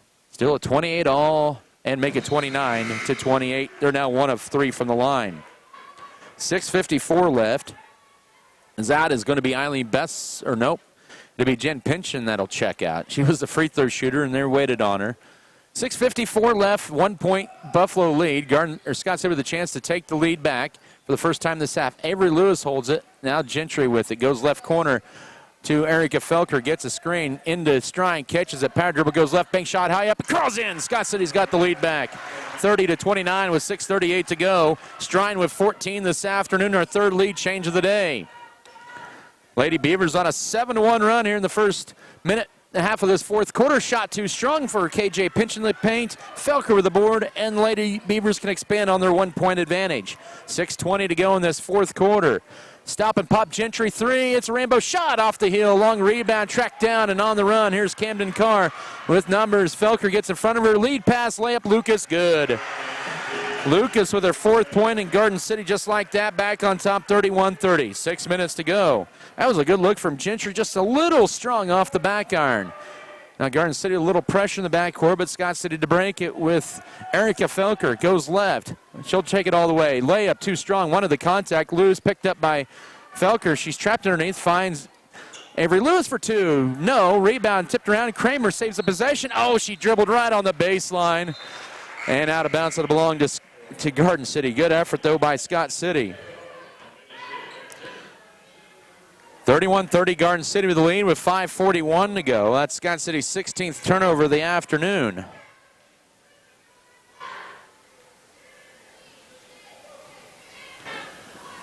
Five and a half to go in this one. Lady Beavers' deficit is at 1. Garden City driving in. Here's KJ Pinchin, her scoop shot, and a foul and 2 free throws. The foul will be charged to Cheyenne Kramer, her first. KJ Pinchin in the line. And all of a sudden, the fouls have ballooned up. 6 on Scott City, just 1 on Garden City this second half. And really, they've been really pretty legitimate calls. I know Garden City has only been called for 1, but that's pretty accurate. Free throw bounces off for Pinchin. That's KJ Pinchin, the 5'10 freshman. She has 3 points to go along with 9 boards this afternoon. Scott City down 1 here at the 5:28 mark of the fourth quarter. 31-30. They led briefly 30-29. Second free throw is too strong as well, and Felker grabs the board. Scott City can retake the lead here. 5:24 to go at 31-30 for the Lady Buffaloes. 3-1 on the year. Left side to Felker. Entry feed into Strine. Catches, pivots, tups up the tough shot. Oh, man, that went halfway in and out. The double team, and Garden City ends up with the board in the hands of Mackenzie Lucas, and now to Ryan Warren. 5 minutes to go in this one. And now through the hands of an unforced error, 17th turnover by Garden City.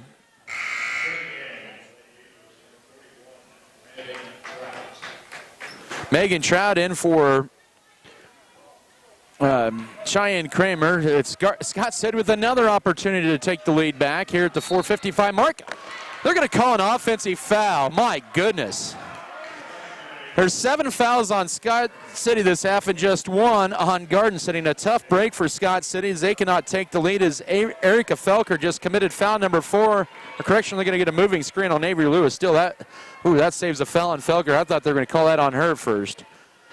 But turnover, it goes to Garden City, and once again, Lady Beavers unable to reclaim the lead. A tough break there, and it must have been away from the ball. I did not see the foul, I'll be honest. Now driving in, Lucas over Strine, bounces too strong. Strine grabs the board. There almost could have been a foul on that. They let it play, but I'm fine with letting them play. 4:23 to go. Scott City with a 4th opportunity to take the lead back. Avery Lewis with it. Into Strine, catches it. Faces up right side to Brinley Stevens. Up top to Felker. Looking to drive in on Gallegos. Does to the foul line. Now right corner Trout into Strine, catches. Goes to left. She is fouled, and she'll get 2 free throws here. And that'll be the 3rd foul on KJ Pinchin with 4:04 to go. And finally, Scott City back to line. Although Strine is 0 for 2 in the second half at the line, she does have 14 this afternoon. She is 2 of 4 at the line. Scott City 7 of 10. And Strine swishes home the first. Ties it for the 3rd time this afternoon. 31 apiece. 4:04 left. She has 15. Felker has 13 and make it 16, and the Beavers have the lead back. 32-31. Middle of the 4th quarter. Here we go, folks. And we're going to get a timeout first for Garden City, and it's going to be a full. We'll take it as well. Exactly 4 minutes left. It's Scott City 32, Garden City 31. This is Lady Beaver basketball. White's Food Liner is located at 1314 South Main Street in Scott City, Kansas. They are open daily from 7 a.m. to 10 p.m. Home delivery is available Monday through Friday from 8 a.m. to 5 p.m. just by calling 620-872-5854. They are a full-service grocery store offering a wide selection of varieties at affordable prices. Sign up today for their mobile app. Look for it in the App Play Store under White's Food Liner. Don't forget to visit today.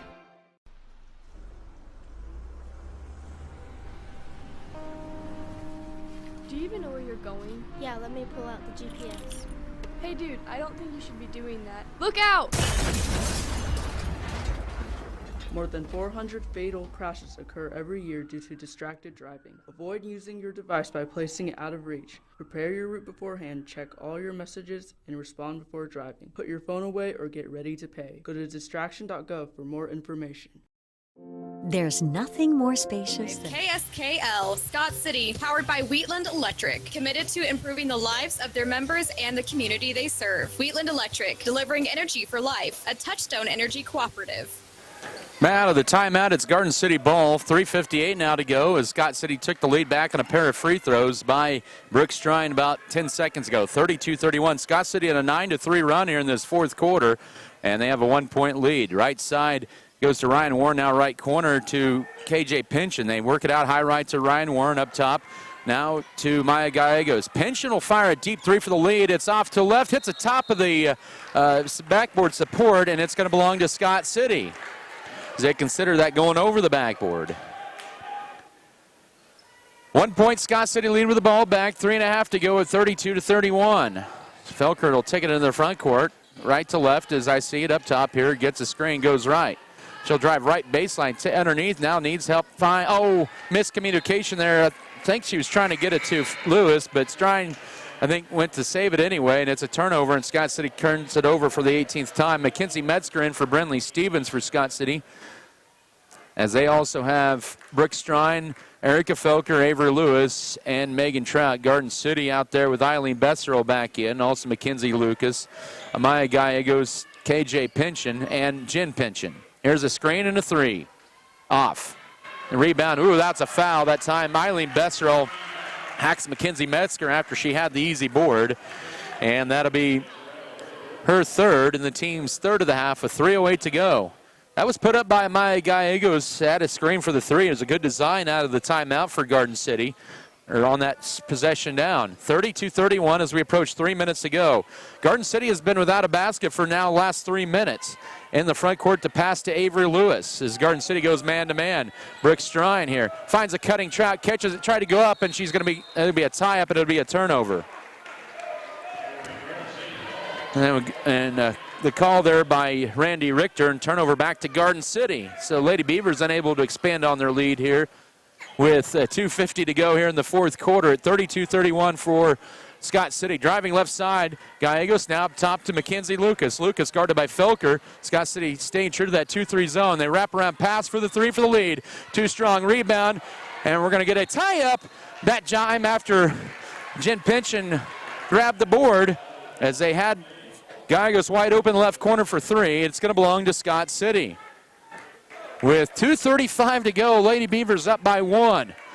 They've led by no more than 5 in this game and led by no more than 1 in this second half, in the fourth quarter to be exact. Metzger takes it across, now has a dribble out high, guarded by Gallegos, and Avery Lewis almost took the shot. Felker drives left side. She'll split the defenders. He'll lay it up and score it. 14 for Felker, 7 in the quarter, 34-31 with 2:12 to go. Lady Beavers up by 3. But Garden City is a threat from downtown. Right left corner it goes, and now losing the dribble, and Metzger with the steal. Now Scott City, if you want, you can run a bunch of time off the clock, make Garden City foul you with a 3-point lead with 1:55 left at 34-31. Avery Lewis with the pass. Don't need to go inside, just take it, keep it up top. They do go into stride though. Pace, go lay up, and that's no good. Rebound in the hands of Garden City. Lucas got it, and now here's Garden City in transition. 1:35 to go, down 3. Gallegos gets the screen, stops, and now to KJ Pynchon, right side, to bounce pass. It's to Jen Pynchon. Bounce pass underneath, right into the hands of Megan Trout, and the 18th Garden City turnover. 1:25 to go. Scott City with a 3-point lead in the ball of 34-31. Felker with the dribble. They're going to run the offense. Right side to Avery Lewis. Gets a screen up top. Dribbles behind the back, drives in, and then gives it back to Felker. Coach Amy Felker saying, let's keep it out high. Metzger, left corner to Trout. Back up top to Felker with a minute to go. Make Garden City foul, and they do. And Gallegos just their first and the team's 4th. And I think Amy Felker wants to call a full timeout to tell her troops that, and she does. 62 seconds to go. Let's take a timeout. Lady Beavers up 3. This is Scott City basketball. There's nothing more spacious than Western Kansas, and nobody closer than our communities. We are determined to keep our communities connected to schools, kids to teachers and parents. We believe a connected world is a better place. We're more than what we do for our hometowns. It's what we do with our hometowns. S&T is proud to be your family, your friends, your neighbor. Women at every stage of life want a healthcare experience uniquely theirs, where excellence meets elegance and healthcare is personalized just for you. Scott County Hospital and Scott City Clinic's skilled physicians and nurses will help your family prepare for the birth of your baby. The private, comfortable, secure rooms for labor, delivery, and postpartum care include jacuzzi tubs for pain management during labor. Line today.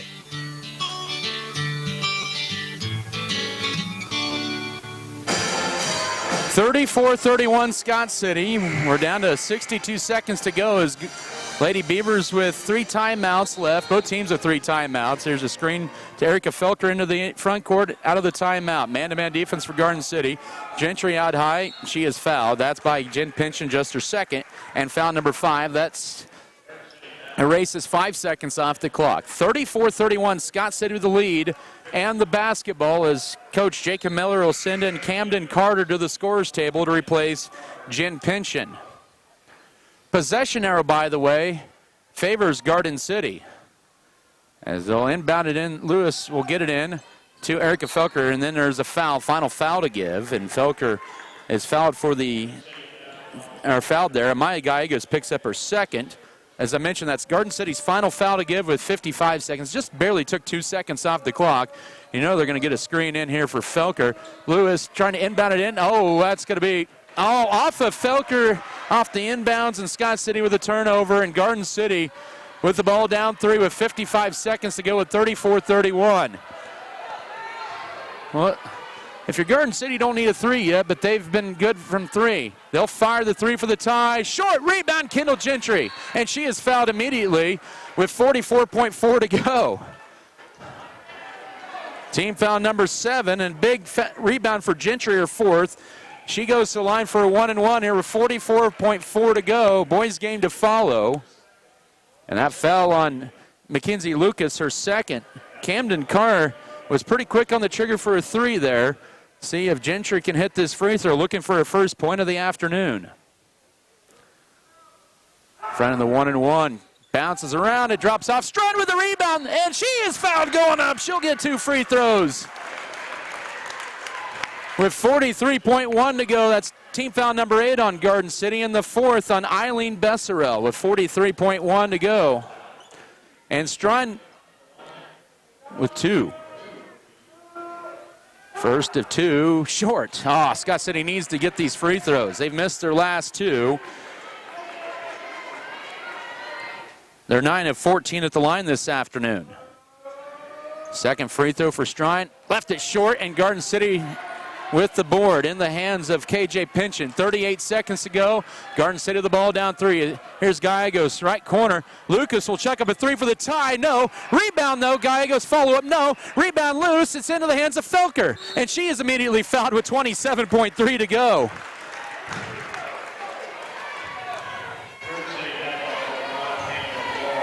That foul is on Camden Carr's second. 9th team foul. Final 1-and-1 for Scott City, but they have missed the last 3 free throws. Felker to line this afternoon, 1 of 2. At 34-31 with 27 seconds to go. Free throw number 1. Oh, it's no good. Rebound tipped around. Strine had it, and then it's still loose. Strine picks it up and gets it stripped out of her hands, out of bounds. It'll be Scott City ball. Oh, my. That runs off 6 more seconds. Amy Felker wants to call another time. We'll take a 30-second break. 21 seconds to go in regulation. 34-31 Scott City. This is Beaver basketball. Sometimes saying please and thank you gets forgotten, along with other manners we should use on a daily basis. If you see someone struggling while you're in public, offer to help. The smallest gestures could mean a lot to someone. Also, be aware of your surroundings. Some things aren't meant to be said out loud and could hurt other people's feelings. Start being more respectful and kind to others. It is never too late to start.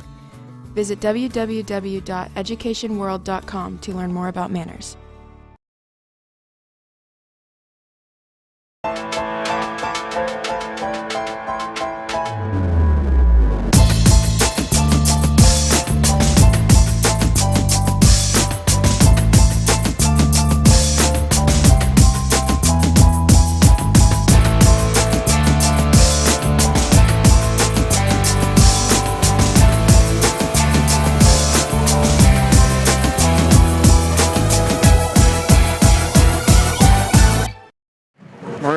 Scott City down to 2 timeouts, 21.2 to go. By the way, Garden City has not had a basket since the 6:04 mark of the 4th quarter. They've only had 1 field goal in the 4th quarter, and that was by Mackenzie Lucas. As Brindley Stevens to inbound it here. The Lady Beavers with 2 timeouts left. Garden City has 3. Possession arrow favors Garden City. Lady Beavers to get it. Oh, ball deflected out. Runs off 0.2 of a second, actually. 21 seconds exactly to go. Lewis to inbound at this time. Finds Felker in the right corner. Quick or guarded. She'll dribble it around out high, and now to Brindley Stevens. They get it into Strine. Back to Felker with 13. They play keep away, and then she is fouled by Maya Gallegos, her 3rd. Team foul number 10, and 2 free throws coming up here for Felker.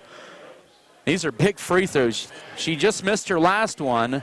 1 of 3 at the line this afternoon is Felker. She has 14 points, including 7 in the 4th quarter alone. Free throw number 1 off the back iron. Man, Scott City's missed their last 5. You can see Coach Amy Felker telling her daughter and free throw shooter, just get 1 here. She does. Nothing but net, 35-31, 13.1 to go. 2-possession game. Running a lot of time is Garden City with 8 seconds. And they get it right side. Here's a Besserell 3. It's going to be good with 3.7 to go. Timeout. Garden City, that is their 3rd timeout of the game. But the 3 ends a 6-minute drought, makes it 35-34. With 2.7 to go, we'll keep it right here. It's just a 30-second timeout. 35-34, Scott City trying to hang on here. They can run the baseline underneath. Worst case scenario for Scott City, you turn the ball over or you have a tie-up. The Beavers trying to get to 3-1 on the year and win their 3rd straight in the series, which we believe they've never done before against Garden City.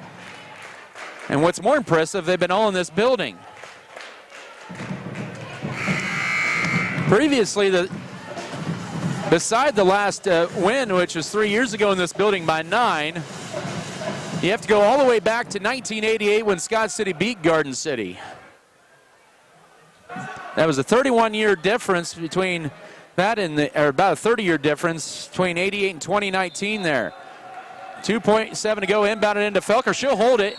They burn off a lot of time, and there's just 9/10 of a second. Garden City did not foul immediately, and that'll be a foul on Mackenzie Lucas as their third.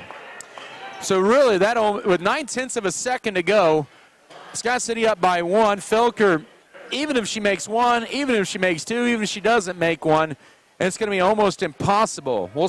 That'll test the trigger-happy scorer. And Felker hits the free throw, 36-34. I should say, test the trigger finger of the scoreboard operator. 36-34, 9/10 of a second. Second free throw misses, rebound Garden City. They will not get a shot off, and Scott City rallies in the second half for a 2-point victory, 36-34. They're now 3-1 on the year, and this is going to be a big confidence booster for this young team as they will host a very good Cimarron team on Tuesday night. Post game to begin after this timeout of 3 minutes. This is Scott City basketball.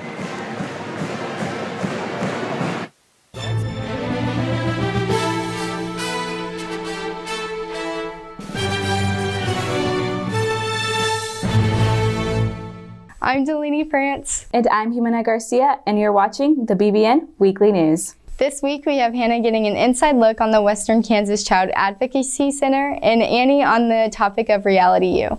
Sage will be catching us up on Beaver Wrestling and Thad on weather. Let's turn it over to Hannah to learn more about the Western Kansas Child Advocacy Center.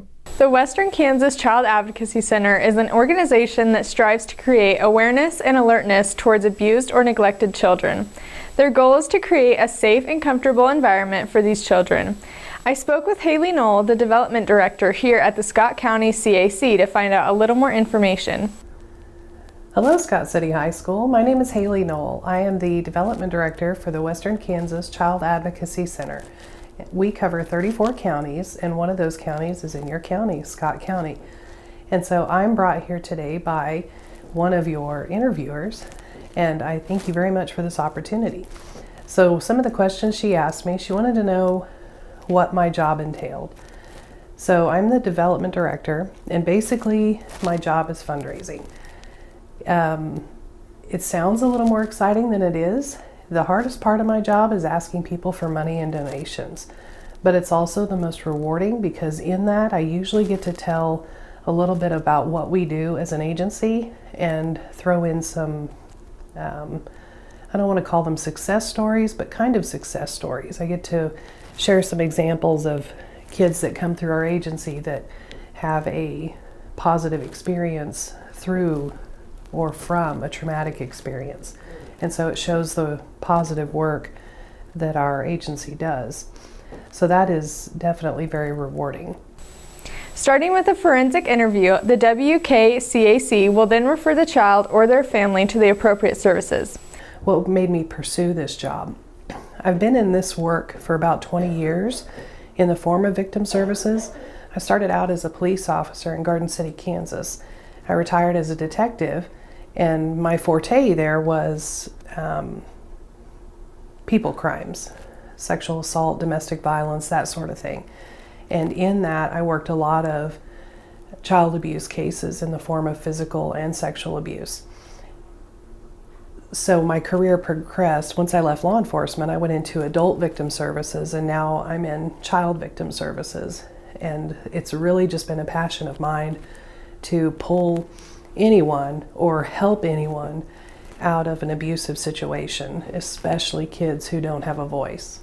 This organization was started by Kelly Robbins and David Filer in 2004 and has since then been a helpful addition to Western Kansas counties. Something that people need to realize about our agency, the Western Kansas Child Advocacy Center, we provide services for about 800 kids a year. And those referrals come through our office in the form of, hey, this kid needs help, whether it be for prosecution or for therapy. Our agency has licensed therapists. We also have a doctor that does exams as needed. And so our agency does a lot more than what people really realize. And if you haven't seen our agency, come by and take a look. It will blow your mind. And I think you may have an understanding as to why kids leave. And sometimes they ask, can we come back? And they can come back anytime they want to or need to. The most rewarding part of my job is stuff like this. We get to tell people who we are, what we do, and why we do it. And the why is really what keeps this agency growing and what keeps the community continuing to donate, because we help kids who they don't have a voice. Think about you in your own situations. Do you get to tell your parents what to do? No. Imagine if there's abuse involved on any level. So the why is really why we're all here, because we love what we do and why we do it. Thank you, Haley, for letting me interview you. Donations to the agency are always accepted and greatly appreciated.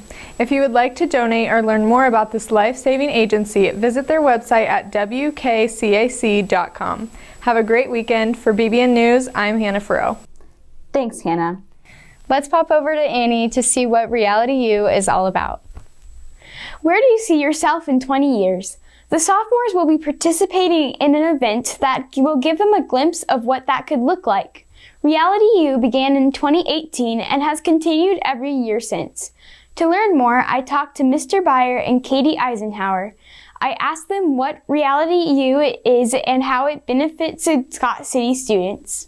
Matt Beyer, I'm the principal at this high school. I am the executive director of Scott County Development Committee, Inc.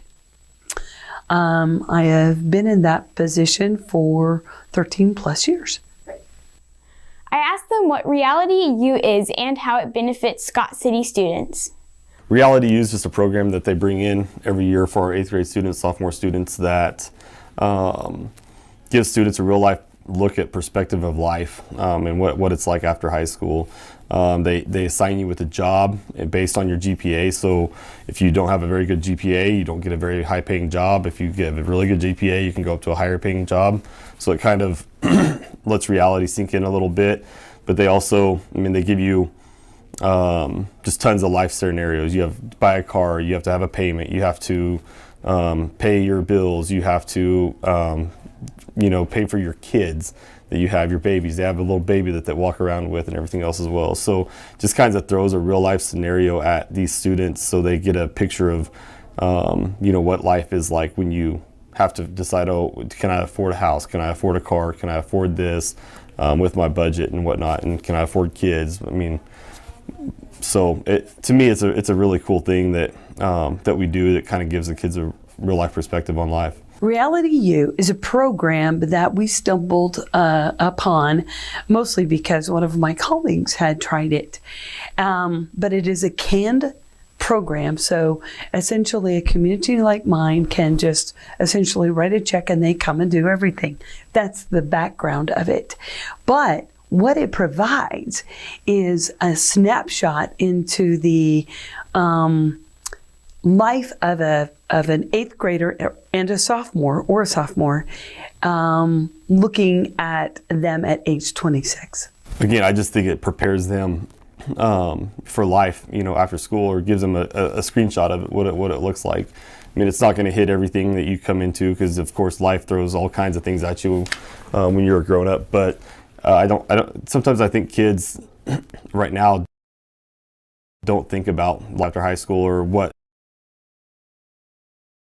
right now could affect them later, including their grades, or getting in trouble or arrested or anything like that. Just anything they do now can affect them later on in life. And so it just throws a snapshot perspective at them, so they kind of realize maybe what they're doing now, maybe they want to change and do better so they can do better later on in life. It's a reality check and a little bit of a snippet of what life is really going to be like, so that they're just, not procrastinating quite so much, not being so needy. Maybe become a better employee for your employer too, because you understand what he's having to go through to pay you. I also talked to Adam Kadavy, a member from the community who volunteers for the Reality U event. I asked him about why he volunteers for the event and what feedback he received from students. I chose just to kind of help with kids in the community and help out and just kind of be a part of it. And it's part of a good community. community service to be involved with. About the only feedback I do have is during the sessions there, and it's amazing how much the first time around, the 8th graders, how difficult it can be managing a budget, and then the sophomore year, it's a good reminder, like, oh yeah, and it's a good learning lesson on budgeting for everything, and even when you get older in age, you still have to do that, and it's like, oh yeah, I need to do that, I need to save some money back in case of emergency. And for BBN, I'm Annie Talbert. Thanks, Annie. Now we have Sage giving us updates on Beaver sports.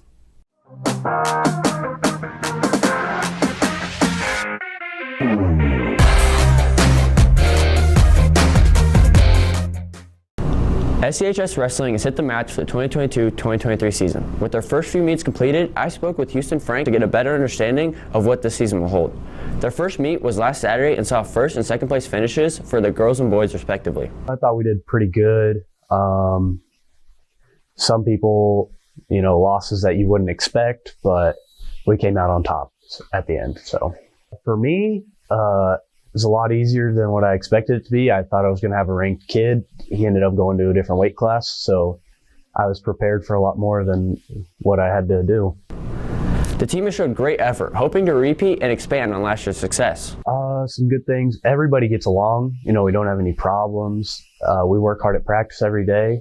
We just keep getting better every day. With the first couple meets out of the way, all eyes are on the remainder of the season. Big tournaments like Lexington, Abilene, the Rocky Welton, those are always just fun tournaments. For the team, win regionals. For myself, win regionals. It'd be nice if we could qualify everybody for state, and for myself, I guess, get as far as I can at state. The team as a whole looks forward to a great year, and make sure you get out and support them. With that, for BBN, I'm Sage Checkline. Thanks, Sage. And to wrap up this week's newscast, let's hear from Thad about this weekend's weather.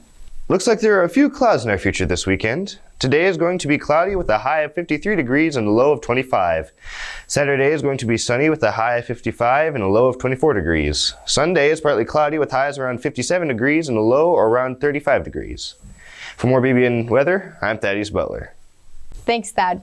And with that, I'm Jimena Garcia. And I'm Delaney France. Have an amazing weekend and go Beavers.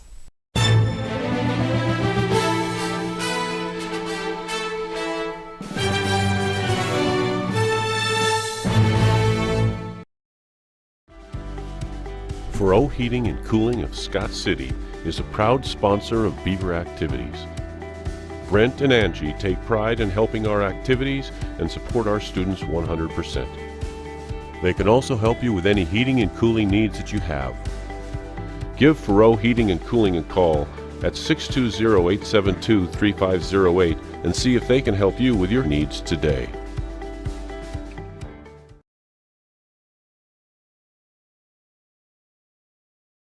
And with that comes experience. It usually comes with a bit of knowledge as far as how to play the game and what to look for. But a group of guys that definitely like to get up and pressure. They like to play an up-tempo ball game. So our defense is going to be tested tonight. And I know our guys are excited for the opportunity to go down there and compete against a really good team. We've got to make number 4. His touches have to be tough. His opportunities to shoot have to be contested, and he's a good scorer. He's just a good basketball player, really, but a guy that can pull the trigger quick and get hot, and a guy that can get to the basket. He's got good size. He's got a good handle. So an extremely tough matchup for some of our guys that are going to be on him. And then you look down in the post, and number 21 sitting down there, and he's a big, strong kid. Good footwork, and he really fights for positioning down there. So we're gonna have to be solid on the defensive end. And if there was one thing that we could be excited about, is that our defense has played pretty well. And so knowing that we need to accomplish this, and we need to go down there and have a good defensive performance, gives us a little more comfort because our guys have shown that they can do it.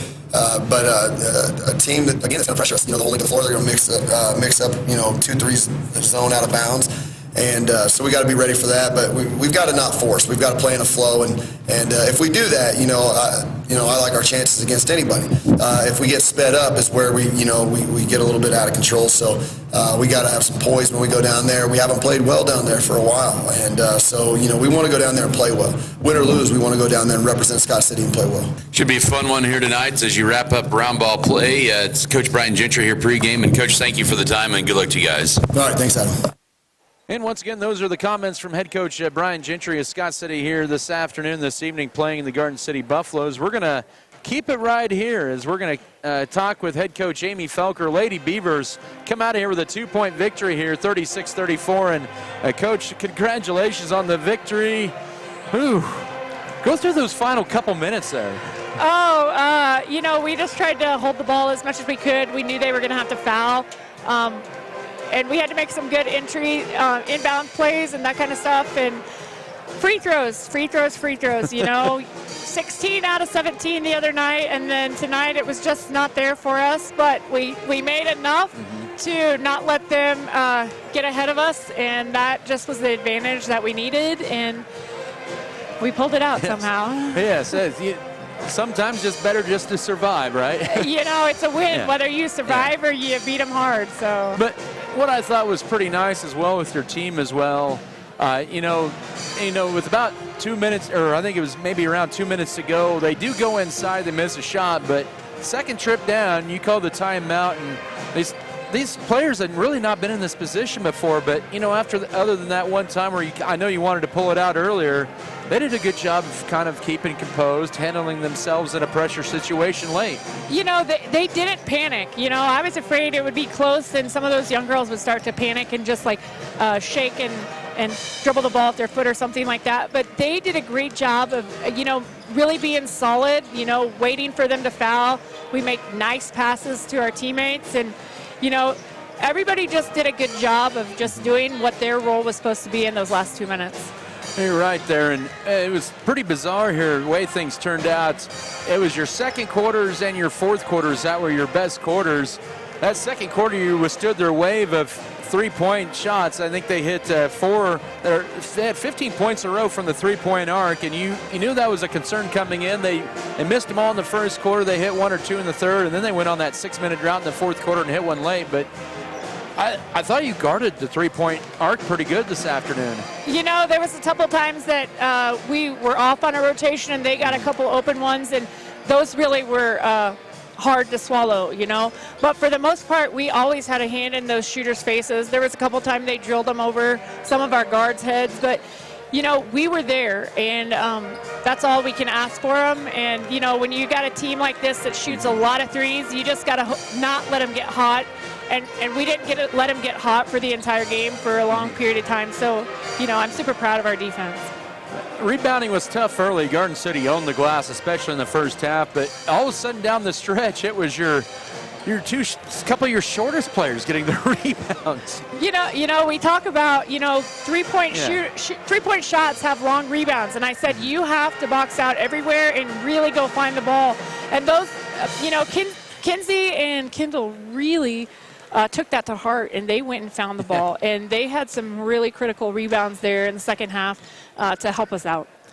I think as a week like this, you always want to try to at least go for 2-1 this week, and there you are, and you're now 3-1 on the year. And this could be a big confidence booster for you guys with a big stretch coming up over the next 10 days. Starting conference play on Tuesday, this is a nice confidence builder. 3 in a row, and we got 2 of them. That's great.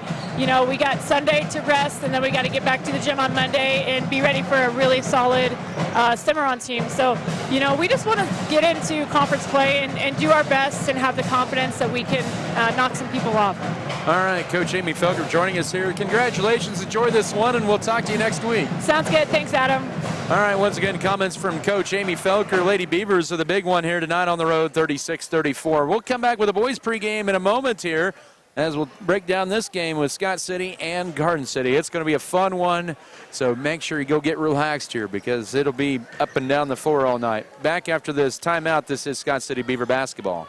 Scott City Eye Center has been a leading provider of optometry services and vision care products in the Scott City community since 1999. Our experienced eye doctors offer comprehensive vision examinations that our Scott City Optometry office specializes in the diagnosis and treatment of a wide array of eye diseases, conditions, and problems. We use advanced diagnostic technology, and we are committed to improving the quality of life. Give yourself the gift of clear vision by scheduling an appointment with Dr. Joshua Gooden, OD, today.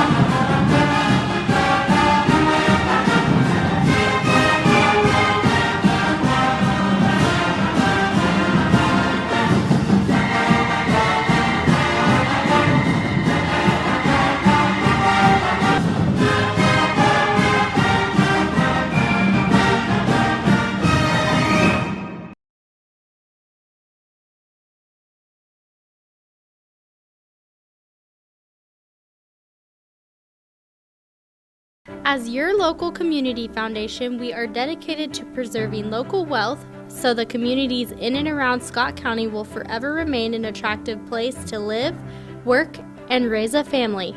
We respond to the needs of our community through grant making, scholarships, and other special projects. To learn more, visit us online at scottcf.org.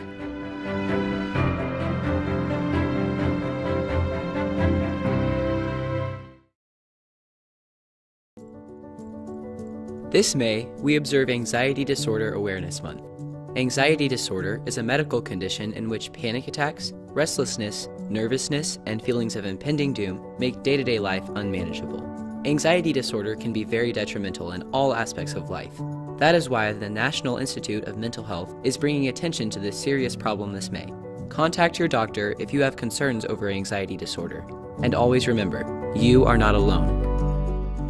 183 points. Ulysses had 132.5. Holcomb 96 is what I show here as get me the team results. Oh, I don't want that. There we go. Track wrestling sometimes is a bear to get through. Anyways, Trent Frank, 106 pounds. He was the second place finisher. Waylon Ricker was second at 120. Also, Caden Couchman, he was second at 126. Aiden Preston was third at 132 pounds. Alex Rodriguez, the tournament champion at 138. Tyler Roberts was third at 144. Colin McDaniel was the champion at 150 pounds. Blaze Gossman, he was second at 157 pounds. Houston Frank, the tournament champion at 165. Jacob Berman, fourth at 175. And then they said Brady Welker was fifth at 190. Tanner Gooden was first at 215 pounds. Scott City, a little sickness. They were a little short-handed there today. And on the girls' side here today, and Brooklyn Gosman looks like, let's see. I think she was third, I believe that was right. Jacqueline Garcia was fifth. Audrey Swords was fifth. Danari Emin, actually, it doesn't look like they finished most of the girls' side there. So I might apologize there, but they're wrapping that tournament up there at Ulysses. But Scott City looks like they're on their way to that tournament championship. All right, to basketball here. This should be a fun one here this evening with Scott City and Garden City. Both teams have exploded this year with points. Scott City, yeah, they scored 50 in their first game, but then they've been at 66 and 66 against Coronado and Liberal in the last 2 nights. It should be a fun one here tonight. Dylan Metzger, Jackson Rumford, Lawson Bailey all in double figures last night, as the Beavers are averaging at around 61 points a game. Garden City at around 66 per game coming into tonight. They had a season high, by the way, of 83 last night against Coronado, 83-60. They scored 83, but they gave up a season high of points as well at 60.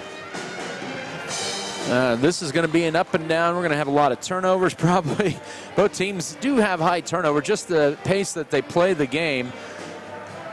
But Scott City, of course, led this year by Jackson Rumford, who had 15 points last night. He had a double-double unofficially. Lawson Bailey averaging 12.5, and Dylan Metzger 12. Those are their big three.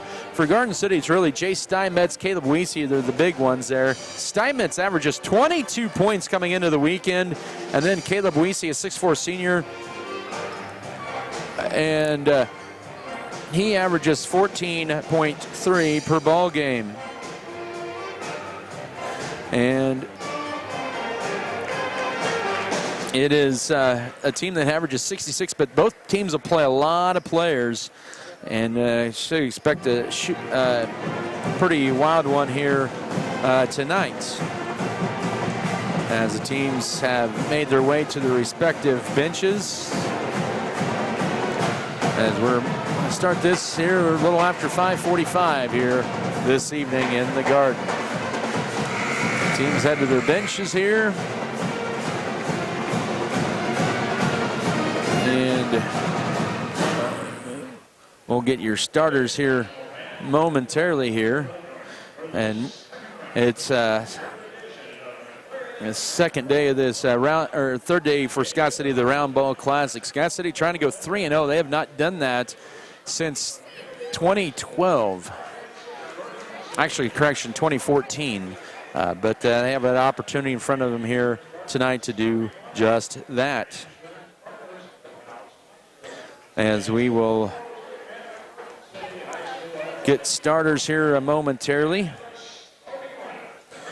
First for Scott City, starting lineups here presented by Security State Bank in Scott City and Leota. Free bill pay and online banking, safe, secure, and easy to use. Member FDIC, equal housing lender.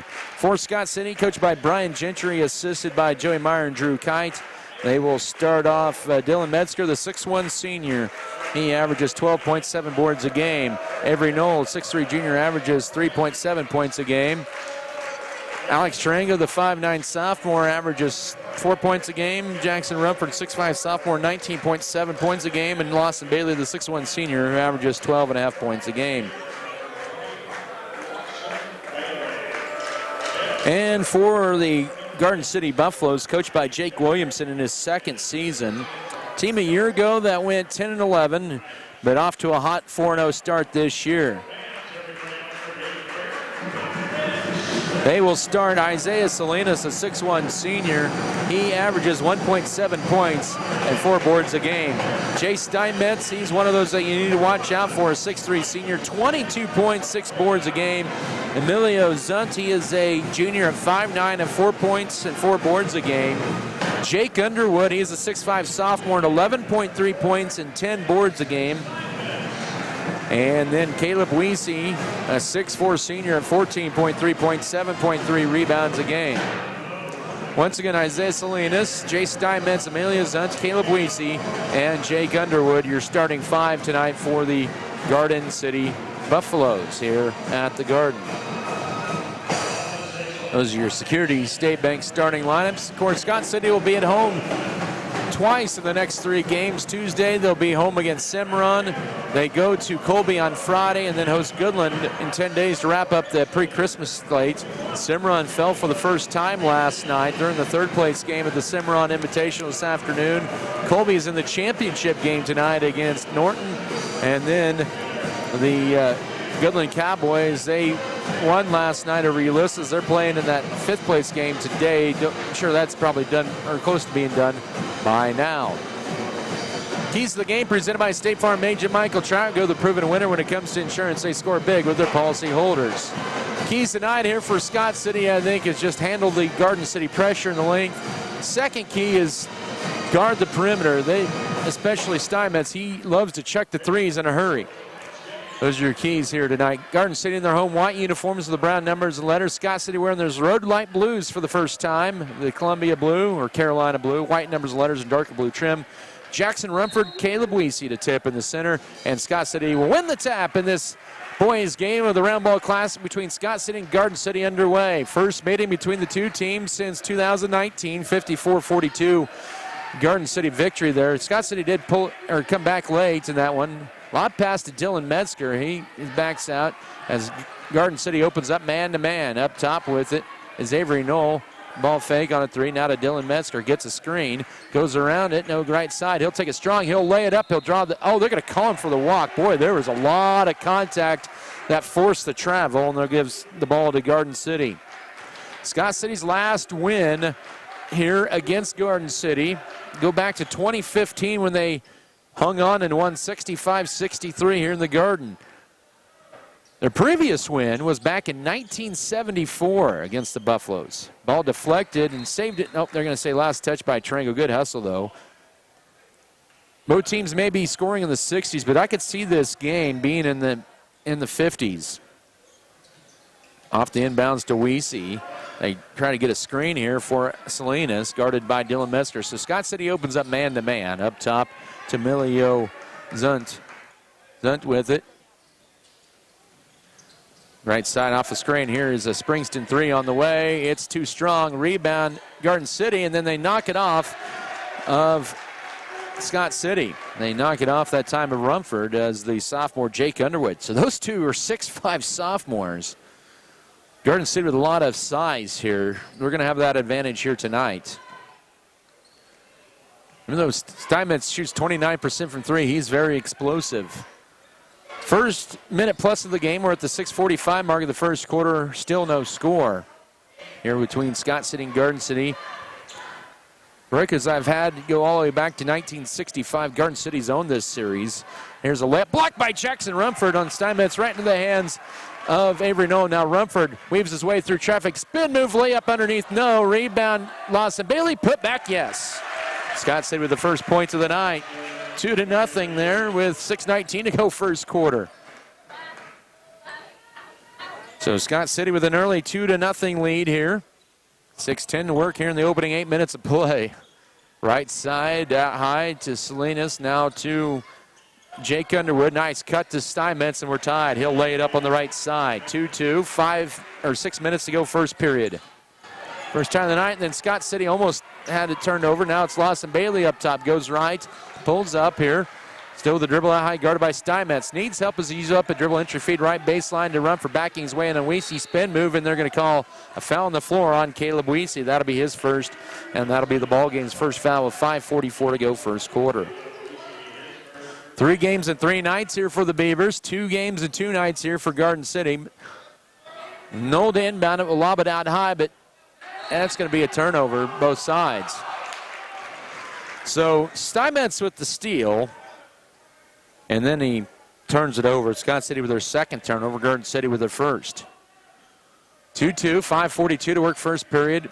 Off the screen, here's Jackson Rumford, hands it off to Avery Knoll, looking to drive in. He does, then flips it right side to Bailey. Tight defense up top. Now here's Alex Tarango, sees an alley. He'll drive left side. His layup on the left side is good with the finger roll. His first basket, 4-2. 5:28 to go first quarter, and that's a strong move that time by the sophomore Alex Tarango. He showed signs of really gaining some confidence shooting here as of late. Now give and go deflected, and Tarango with the steal off the deflection. Back-to-back Buffalo turnovers, and Scott City with a 4-2 early lead. as we're approaching the 5-minute mark of the first quarter. Beavers moving left to right. Bailey will take a strong, pulls up, pump fake, shot up, no. Rebound into the hands of Jake Underwood. Good move that time, but just couldn't quite finish. Scott City's hit two of their first 4. In transition, shot blocked, layup by Salinas. Rumford with the board.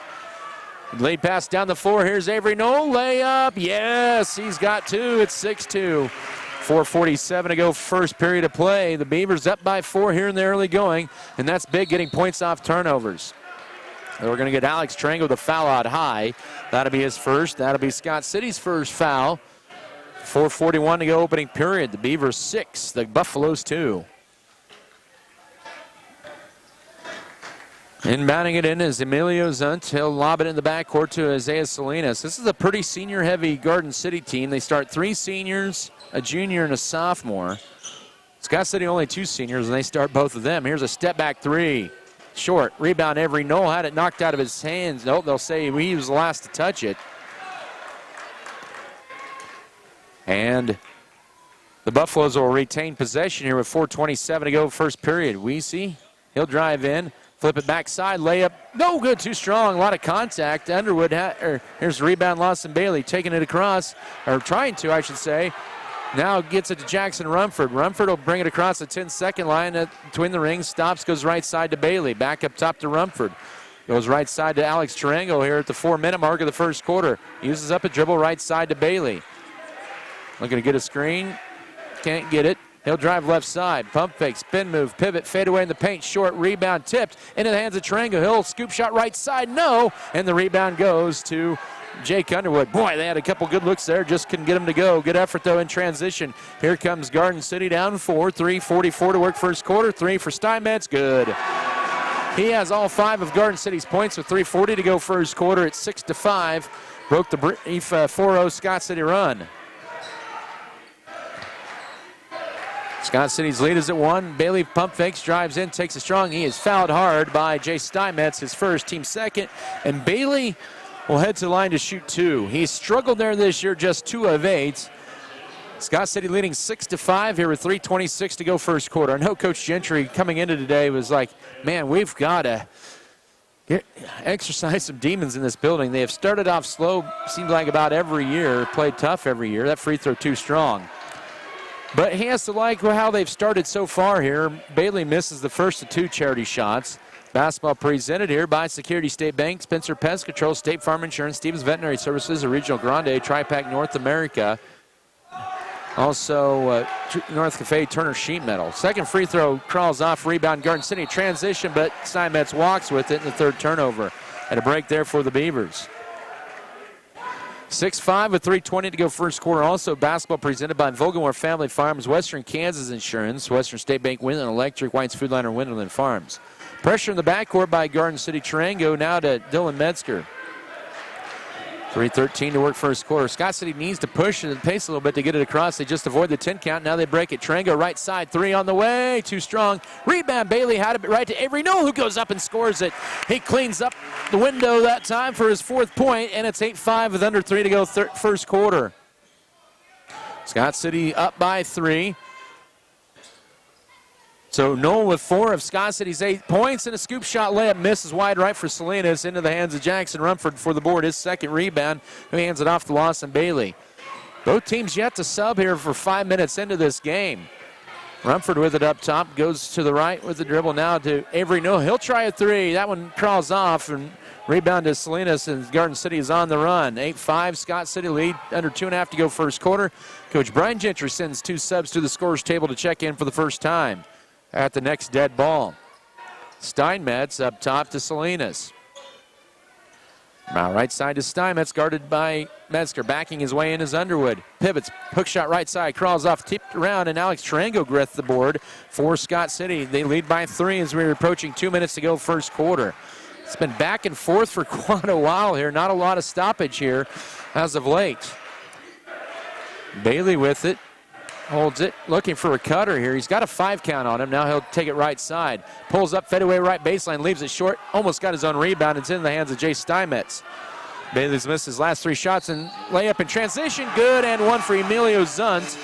And the foul will be on Alex Tarango. He has both of Scott City's fouls here with a minute 43. As that time Garden City beats the Beavers down the floor, and it's 8-7 with a minute 43 to go here in the opening period. 3 new subs in for Scott City. We'll get to that. Eloy Ruelas, Coy Vance, and also to Dylan Duff. Garden City brings in Brody Burns.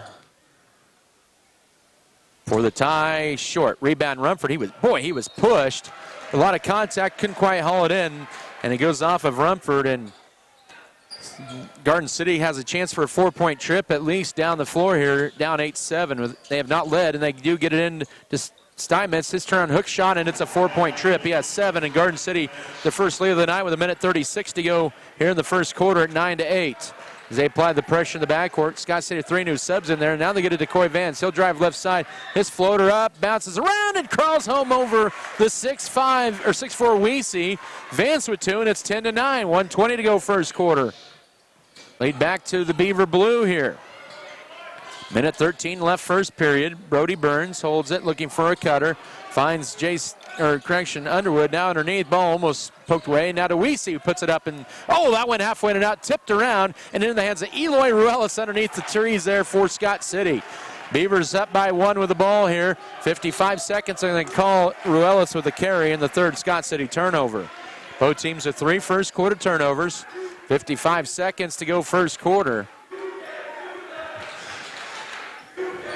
Oh, that chant, you can't do it. You can't do that.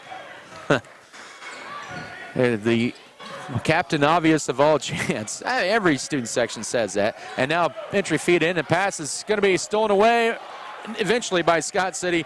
4th turnover. 38 seconds to go first quarter.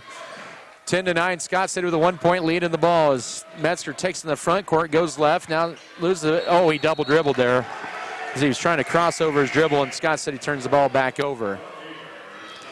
Camden Volgamore in for Scott City. The 9th Beaver to check in this first quarter. He'll replace Dylan Metzger. 10-9 is your score.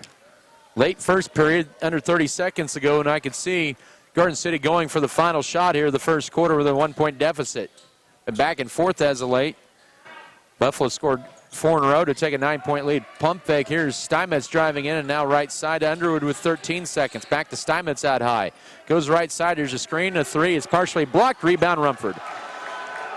In the hands of Ruelas here with 4 seconds. 3 underneath. Too high for Camden Volgamore. Good idea that time, but just maybe rushed it there. 5th Scott City turnover. 2.5 seconds here in the period. Scott City will apply a little pressure in the backcourt here. They'll lob it in to Steinmetz. His half-court lob has got a chance, and it's wide right, and that's the end of your first quarter. 10-9 Beavers lead after 1. Back after this timeout, this is Beaver basketball. Western State Bank proudly supports Scott Community High School students and athletes as they prepare for another great year of achievements. Just as our students prepare for another successful year, we encourage you to be prepared for whatever life may bring you. Stop in and talk with the knowledgeable staff at Western State Bank, whether it be a new home loan, financing for your business, or any one of our checking and savings account options. We're here to help you. Make sure to check out all of our internet banking options provided at WSBKS.com. Western State Bank, member FDIC. And as always, go Beavers! 5 seconds is all it takes. When wheat harvest approaches in the summertime, remind yourself to stay calm, patient, and understanding of those on the road. As you are pulling up to an intersection surrounded by grown wheat fields, stop and look both ways. When approaching farm equipment from behind as they are traveling, slow down. Most combines and tractors can only go the speed of 15 to 30 miles per hour, so be patient. When planning to pass this kind of machinery, make sure they are aware and see you before doing so. Normally, when they see you, they will pull over and allow you to pass. If they fail to notice you, do not closely follow them. Always be aware of your surroundings, look for field entrances, shop entrances, anywhere that equipment might be turning into. If you think they are pulling over to allow you to pass, make sure they are not in the process of turning into one of those entrances. 5 seconds is all it takes to ruin yours or someone else's life. Be patient and cautious. Farmers work day and night to provide for their family, a family that they work to get home to every night. During these times, just remember it's okay to be late and take your time, as long as you get home safely. The 3 right into the hands of Eloy Ruelas. Scott City leading the rebounding edge right now by the count of 9-6 after that board.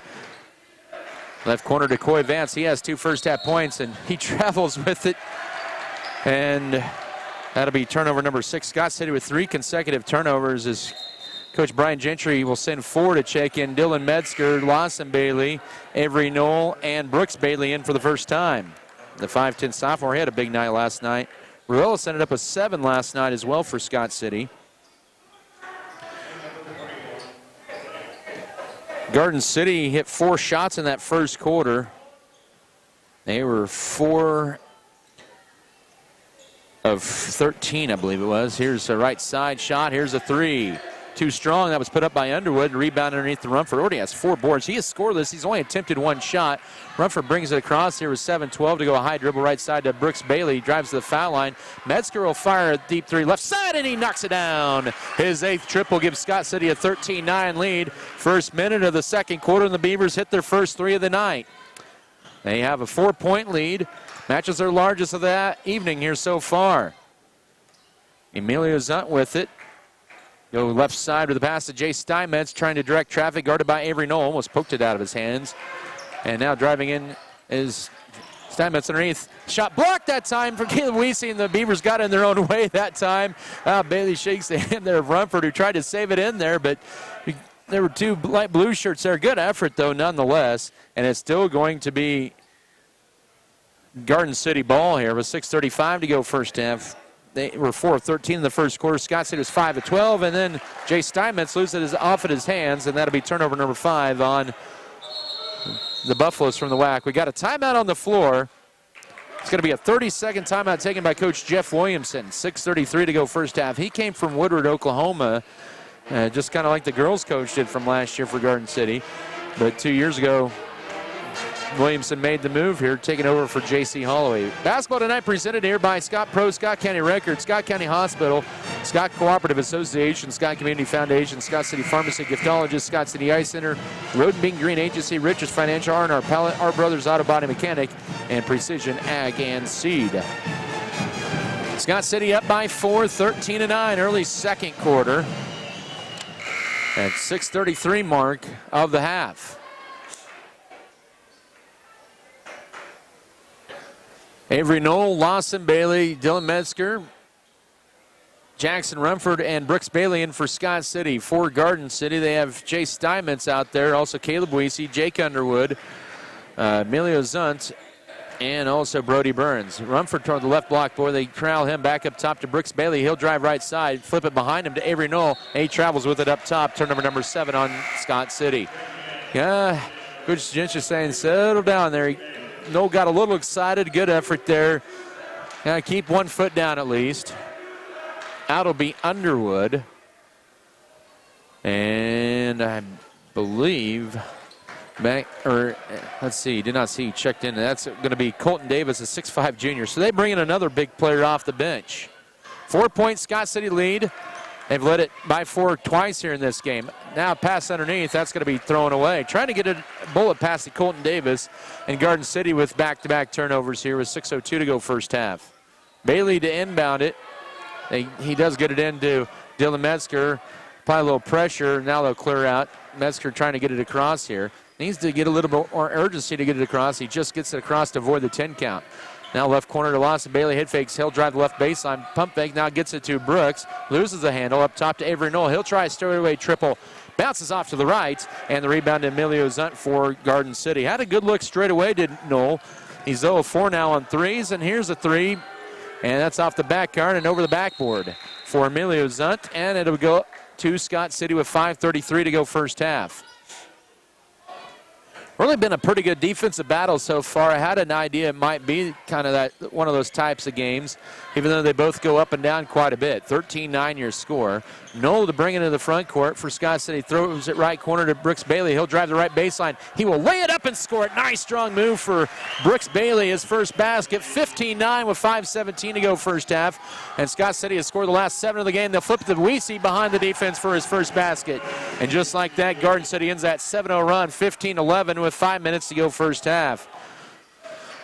They bring it back in a hurry down the court. Here's Metzger, drives right side, pulls up, finds Brooks Bailey up top. He sees an alley. Then back to Dylan Metzger. He'll launch it from way downtown, and he knocks it down right in front of the Garden City bench. He has 2 threes and 6. It's 18-11 with 4:48 to go first half. That was in a pretty good spot there for Metzger. Colton Davis holds it now up top. Weesey turns down the 3, looking for the backdoor cut. Good defense by Noel on Steinmetz. Steinmetz guarded by Noel. Now here's Sun. We're going to get a foul on the floor, on Scott City. That's their 3rd team foul of the half. That'll be on Brooks Bailey, his first. Garden City just 2 fouls. Scott City with 3 as Jake Underwood returns the lineup, replacing Caleb Weesey. Dylan Duff will check in for the Beavers, and he will replace Brooks Bailey.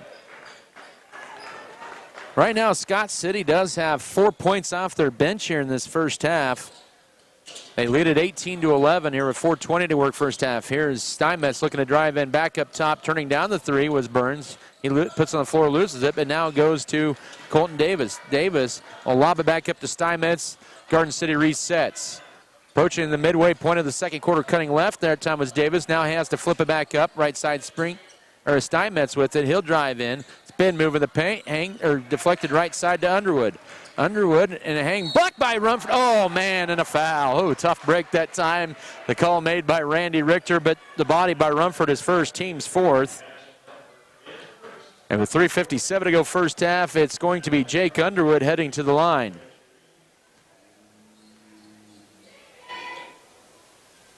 Free throw up off the heel. Garden City shooting 58% as a team. Scott City coming into tonight 49%. Back in is Isaiah Salinas. Out will be Emilio Zunt for Garden City. 18-11 Scott City lead. They're on an 8-2 run in this second quarter. 3:57 to go first half. And Underwood, the sophomore, knocks that free throw down to make it a 18-12 game. They play full court pressure right out of the inbounds, but Scott City inbounds it in, and then they back off. The Beavers need to get it across here, and they just do to avoid the 10 count here. 3:45 to go here first half. Stepping back, Bailey launches a 3. Too strong. Rebound into the hands of Garden City. Burns, he'll run with it left to right. Lead pass intercepted. Lawson Bailey. 7th turnover for Garden City. Bailey will drive in. His layup left side. No, but Rumford to clean it up for the follow. His first basket of the night, and it's 20-12 with 3:26 to go first half. Points off turnovers are big for Scott City. As that time, Salinas almost carried it. 3:18 to go first half. Salinas now up top. Underwood, Steinmetz. Now right side to Colton Davis. 8-point Scott City lead. Salinas with it. Under 3 to go first half. Burns, entry feed right block to Colton Davis. Goes around Lawson Bailey, leaves it short, but his follow-up also misses the bunny. And the rebound to Rumford. He already has 6 boards in the first half. Beavers up by 8, looking to expand that lead here with 2:48 to go first half. Duff, right corner to Dylan Metzger, drives the right baseline. Wraparound pass, Noel Bailey, left wing, fires a triple. Oh, halfway in and out. Rebound tipped into the hands of Metzger. Scott City with another crack at it here. End to Rumford, backs his way in, pivots, lays it up and scores, and he has 4. It's a 10-point lead, 22-12 with 2:30 to go first half. The Beavers feasting off second chance opportunities. Scott City on a 12-3 run in this second quarter. They have a 10-point lead as we are in the late stages of period number 2. Colton Davis, good defense for Scott City. Isaiah Salinas off a screen right side to Steinmetz, launches a deep 3 and buries it. He has 2 threes and 10 points. He has 10 of their 15 points at 2:05 to go first half. That was just one from college range. Bailey head fakes. Now, minute 54 to go. Duff, nice cut. Bailey hangs. Right side shot, bounces in for 2. Nice assist that time from Duff. Bailey with his 4th point, 24-15. 1:45 to go here in period number 2. Good answer back there for Scott City. Left corner to Colton Davis. Up top left to Isaiah Salinas. Looking for a cutter. He'll put it on the floor a couple times. Now pulls it back out. 90 seconds to go before the half. Scott City up by 9, 24-15. Now driving into Steinmetz, flips underneath the basket, hanging, stuffed that time by Knoll, and the shot by Burns. Lead pass down the floor. Dylan Metzger tracks it down right in front of the official. Richter drives right baseline, then gets pushed, and a blocking foul will be called on Isaiah Salinas, his first. Team's third with 1:15 to go, first half. Scott City with a 9-point lead. 24-15. Caleb Weesey in for Garden City. I believe also back in Emilio Zunt. Up top, it's Duff holds it. Now to Knoll into Rumford, backs his way in. There's a flop, a layup blocked, not a contact, no foul. And the rebound goes to Steinmetz. There was a flop on Garden City and a lot of contact, and then that's going to be a charge taken by Avery Knoll on Jay Steinmetz. That's his second, and the team's fourth with a minute to go, first half.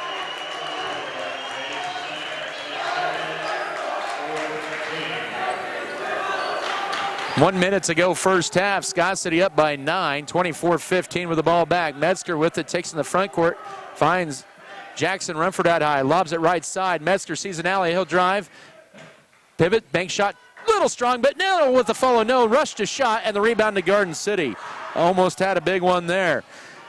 38 seconds to go, first half. Here's a three for Steinmetz, good. He has 13 points on 3 threes, and it's 24-18 with 32 seconds to go, first half. He is one of those that has a quick release. He's keeping Garden City in this game. He has 13 of their 18 points. Into Rumford, catches it, pivots, hook shot, no, a lot of contact, they let it play, but out of bounds, it'll stay with Scott City with 16.7 to go, first half. Eloy Ruelas in for Duff for Scott City. Beavers with a 6-point lead. Garden City's chipped away thanks to their threes by Steinmetz as of late. They'll lob it out high to Metzger with 16 seconds to go, first half. Now uses up a dribble, goes right. Eloy Ruelas from downtown, no good. Rebound, follow up, no. That time, Knoll was fading away, and a whistle, and we're going to get a foul. The 5 seconds to go, first half.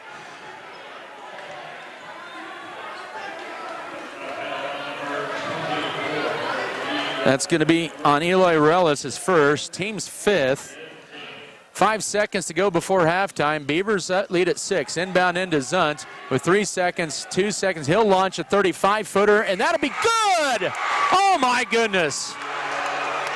As hard as Scott City worked to go up by 10, they only lead by 3 going into the locker room at 24-21. My goodness.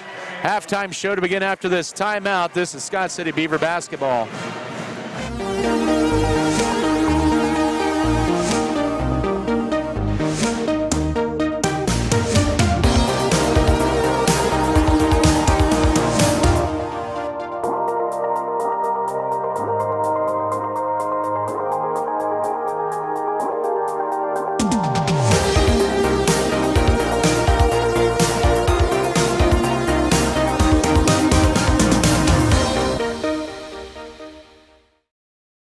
If you are in the market for a new or used vehicle, check out J&R Car and Truck Center of Scott City. J&R Car and Truck has a fully trained service and part staff for repairs on most makes and models of vehicles.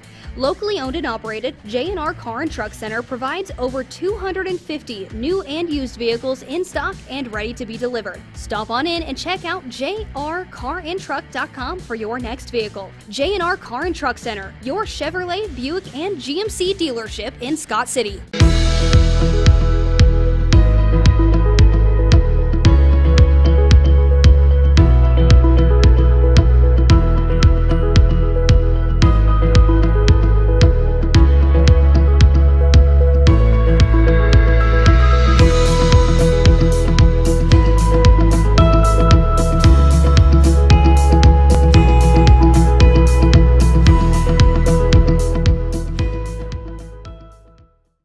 For exceptional service in real estate, put Stephanie Shapland at Shapland Real Estate to work for you.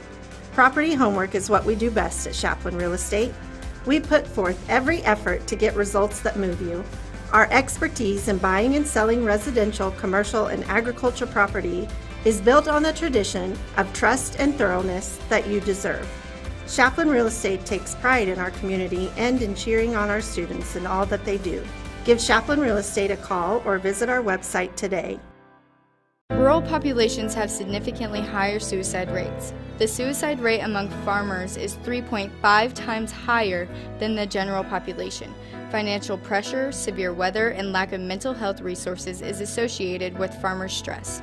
Farmers are the backbone of America, yet attention and support for our agricultural community's well-being has been overlooked.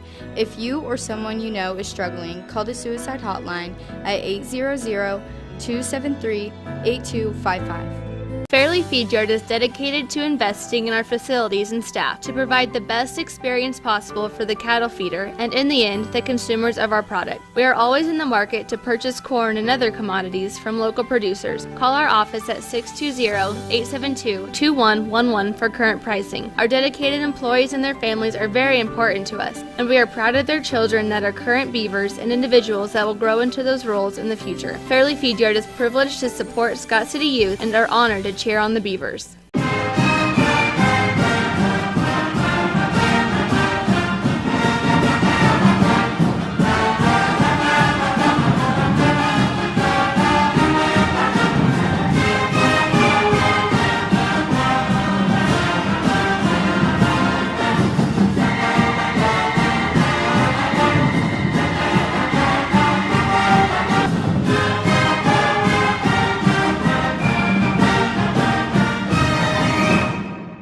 Or 3:27 mark of the first, or 2:31 mark of the first half.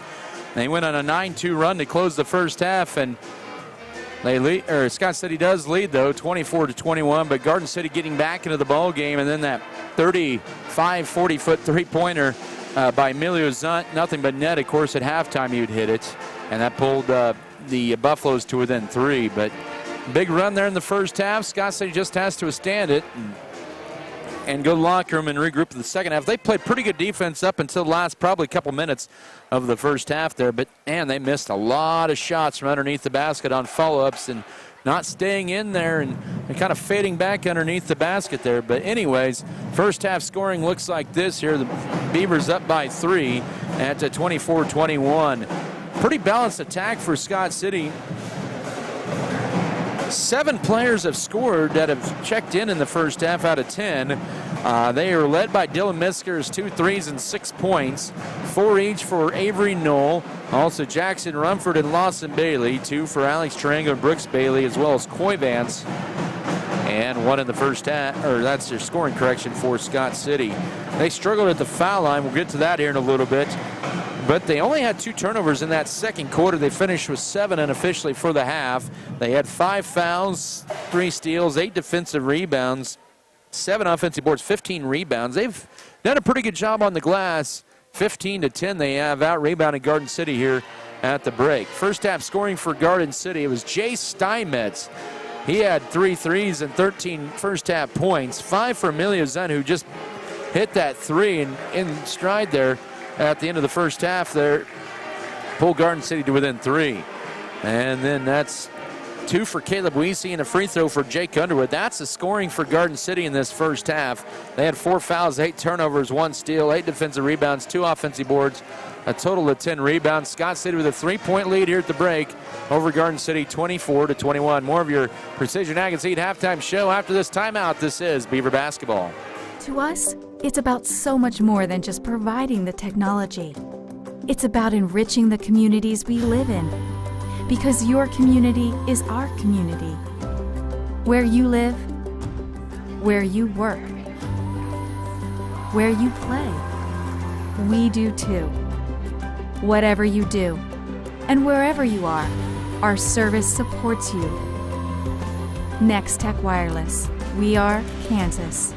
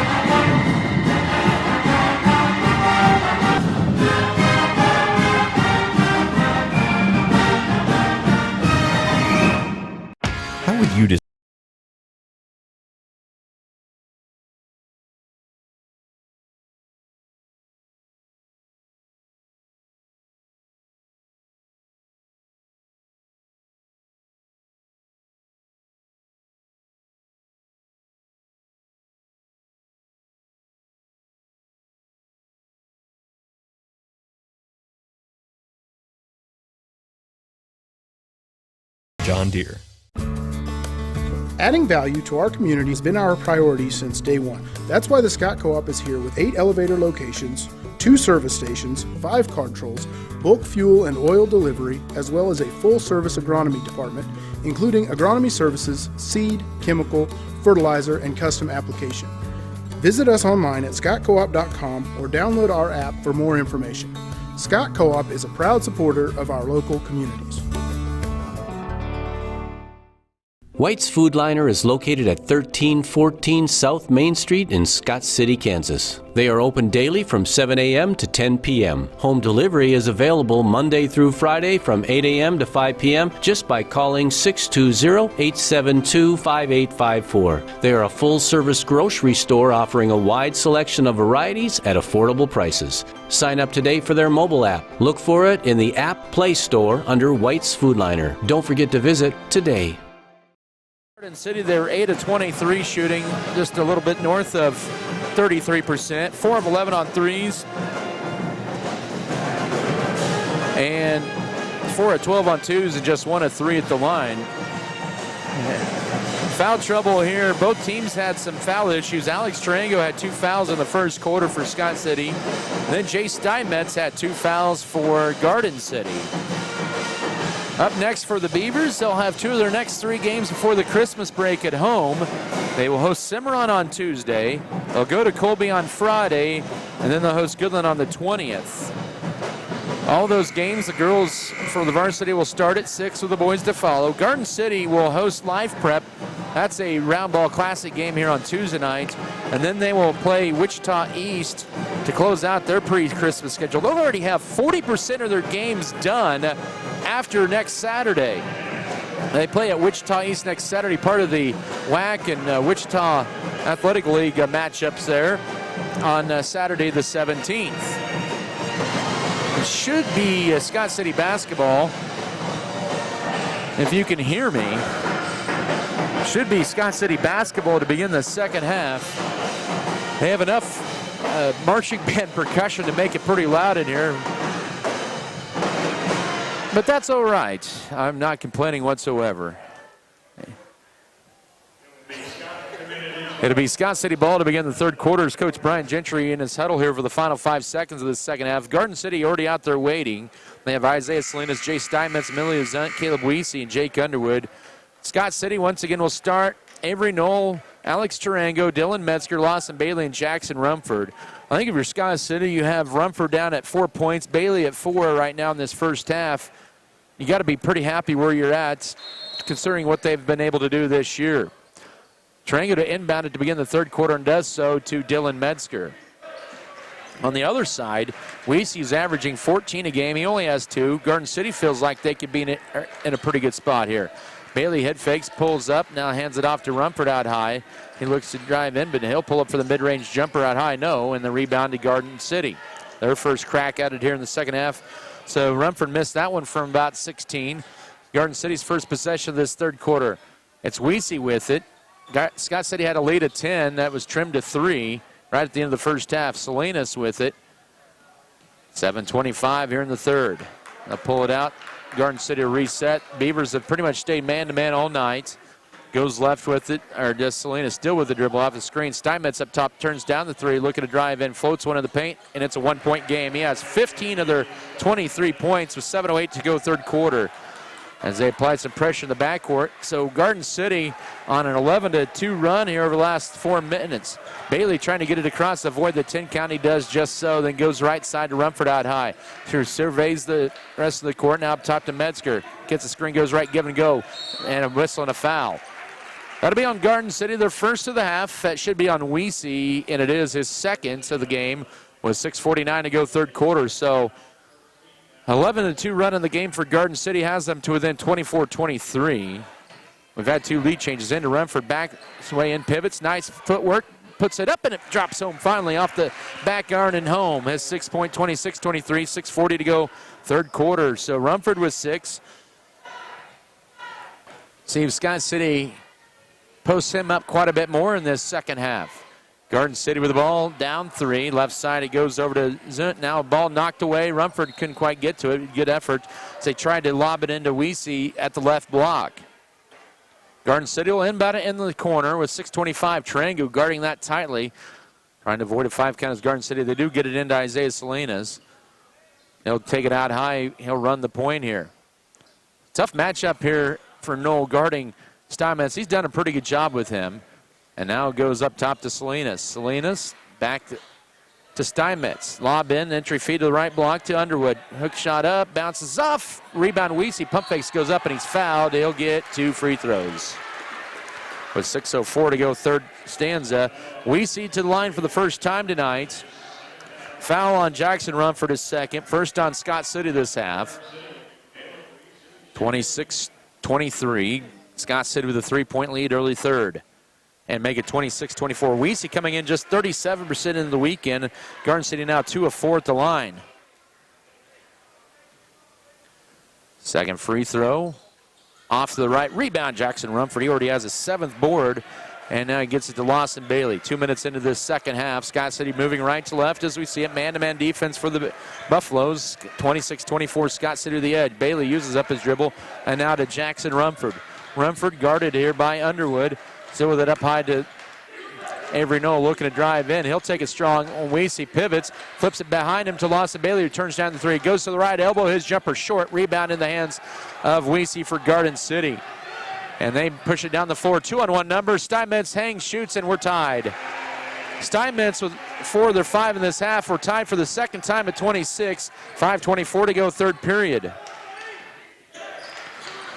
Scott City's 10-point lead in the game has gone now into Rumford. Boy, a lot of contact from behind, but Scott City does keep the possession. They're letting him play here tonight. Bailey holds it, trying to lob it into Rumford, but help defense, and Scott City turns it over for the 8th time. Garden City looking for the first lead since 9-3. Here's a right side 3, good. Emilio Zunt gives Garden City a 29-26 lead here with 4:50 to go, third quarter. Scott City, and there's a foul out high on Isaiah Salinas, his second, team second of the half. This has been a 17-4 run when Scott City had a 22-12 lead about 6 minutes ago. Metzger to inbound it. Beavers down by 3, their largest deficit of the night. 4:45 to work third quarter. Now to Avery Noel, gets it poked away. Picked up, though, by Alex Tarango, saves the possession. Beavers need to be a little stronger with the ball. And speaking of that, it'll be knocked out. As Zunt has hit 2 threes. He's only was 7% from downtown coming into tonight. He's hit 2 big threes in this game. One to pull him to within 3 at the break, and then one to give him the lead here. 4:32 to go, third quarter. It's an 8-2 run in this third quarter for Garden City. They have a 3-point lead. Metzger with the dribble. Tight defense by Garden City. In the right corner to Tarango. Then he looks to drive and give and go to Rumford. Catches it. Pulls his way in. Big shot good on the right side. He uses his frame. And it's 29-28 with 4:14 to go. Third period. Scott City back to within 1. Rumford with all 4 of Scott City's points in this quarter. He has 8 for the night. To go along with 7 rebounds as we're toward the midway point of this third stanza. Into Underwood. Lob high-low. That's going to be thrown away. And that'll be turnover number 9 on Garden City. And Scott City with a chance to take the lead back at the 3:59 mark of the third quarter. Noel to Jackson Rumford, leads it in the front court to Dylan Metzger. Crosses over, dribble, pulls it back out up top to Rumford. Pump fakes on the 3, sees an alley, drives in, lays it up, and he's going to travel. Got a little too excited that time. Had the right idea, turnover number 9. Underwood stepped in there right in the middle. He was getting ready to take the charge, and I think that sped up Rumford a little bit more there. But the 9th turnover gives Garden City the ball back with a 1-point lead. 3:45 here in the third at 29-28. Man-to-man defense for the Beavers still once again. Garden City's been calling for 2 fouls in the half. Scott City with 1. Weesey wanted to drive in but does not. Out high to Salinas, trying to get a screen here, and now good help defense is now Tarango guards Salinas out high left. He loses it and stolen away almost. It's then thrown away into Lawson Bailey's hands. He'll go up strong, he'll lay it up, and he can't get it to go, but he's fouled. He'll get 2 free throws. Good persistence by Tarango out high, forcing Garden City into their 10th turnover. Bailey looks to get the free throw or two here to give Scott City the lead if he can hit them both. That foul on Jake Underwood is first. Bailey struggled at the line this year. The tie, gosh, that one's off to the right. Got to be like a goldfish. Got to move on quickly. 29-28. A little Ted Lasso reference there. You got to look that up. 3:16 to go third quarter. Free throw short as well. Man, Scott City 0 of 4 at the line. Garden City with the rebound. They're going to get a whistle and a foul on Knoll. That's his third. With 3:13 to go, team second of the half. The Beavers 0 of 4 at the line here tonight and trail by 1. As Dylan Duff will check in, he'll replace Avery Knoll. Beavers down 1 with 3:13. They've had 2 opportunities here in this third quarter to reclaim the lead and missed a shot, or turned the ball over, and then missed a couple of free throws. 3-point Garden City lead, or 1-point Garden City lead. They've led by as many as 3 in this game. That was just momentarily at 29-26. And almost stolen by Duff up top. And then almost Metzger with a reach-in foul. Almost grabbed the arm. 2:50 to go third quarter. Salinas with it right side to Underwood. Entry feed in, almost poked away, but picked up by Steinmetz. Pulls it back out, guarded tightly by Tarango. And then knocked loose, but picked up by Salinas out high. 2:40 to work third quarter. 29-28, Garden City with the lead in the ball. They're content to be patient with it. This has been a good defensive battle. Lob in, and that's going to be a push on Jackson Rumford. Whew, man, tough call on him. That's his third, team's third, and you're going to get Camden Volgamore in, as well as Coy Vance. Jackson Rumford and Alex Tarango check out. They both have 3 fouls here with 2:32 to go third quarter. Both teams now with 3 fouls, but some big fouls that time. They hand it off. Here's Salinas looking to drive around Vance. He'll lay it up and score it. First 2, 31-28, 2:25 to go third quarter. And so Scott City down by 3 with the ball back. Left side, it goes to Coy Vance. Up top, the bad pass on a turnover. Here's Steinmetz around Velgamore, lays it up, but is fouled. And that'll be team foul number 4 on Scott City this half. Camden Volgamore picks up the foul as first. Steinmetz, who's 88% at the line, looking to expand this Garden City lead. He has 17 on the night, and right now, this late second and third quarter has been a rough one here for the Beavers. With 2:09 to go third quarter, is Garden City looking to extend their lead, and they do just that, 32-28. Eloy Ruelas in for Coy Vance. 4 fouls on the Beavers all of a sudden this half. Garden City's been whistled for 3. And Garden City on an 11-4 run in this third quarter. They take a 32-28 lead late third quarter. Second free throw also true. And 19 for the 6'3 senior as they have their largest lead of the night. Bailey will run the baseline and inbound it into Dylan Metzger. Tight defense. Metzger tried to clear it out here. Dribbles behind the back and loses the dribble again. Needs to get it across, does so to Lawson Bailey. Minute 59 to go third quarter, and Scott City needs some offense here. They're down by 5, 33-28. And there's going to be a hand check out high on Salinas. His third foul, team's 4th of the half with a minute 52 to go third quarter. And Coach Jeff Williamson will bring in Brody Burns.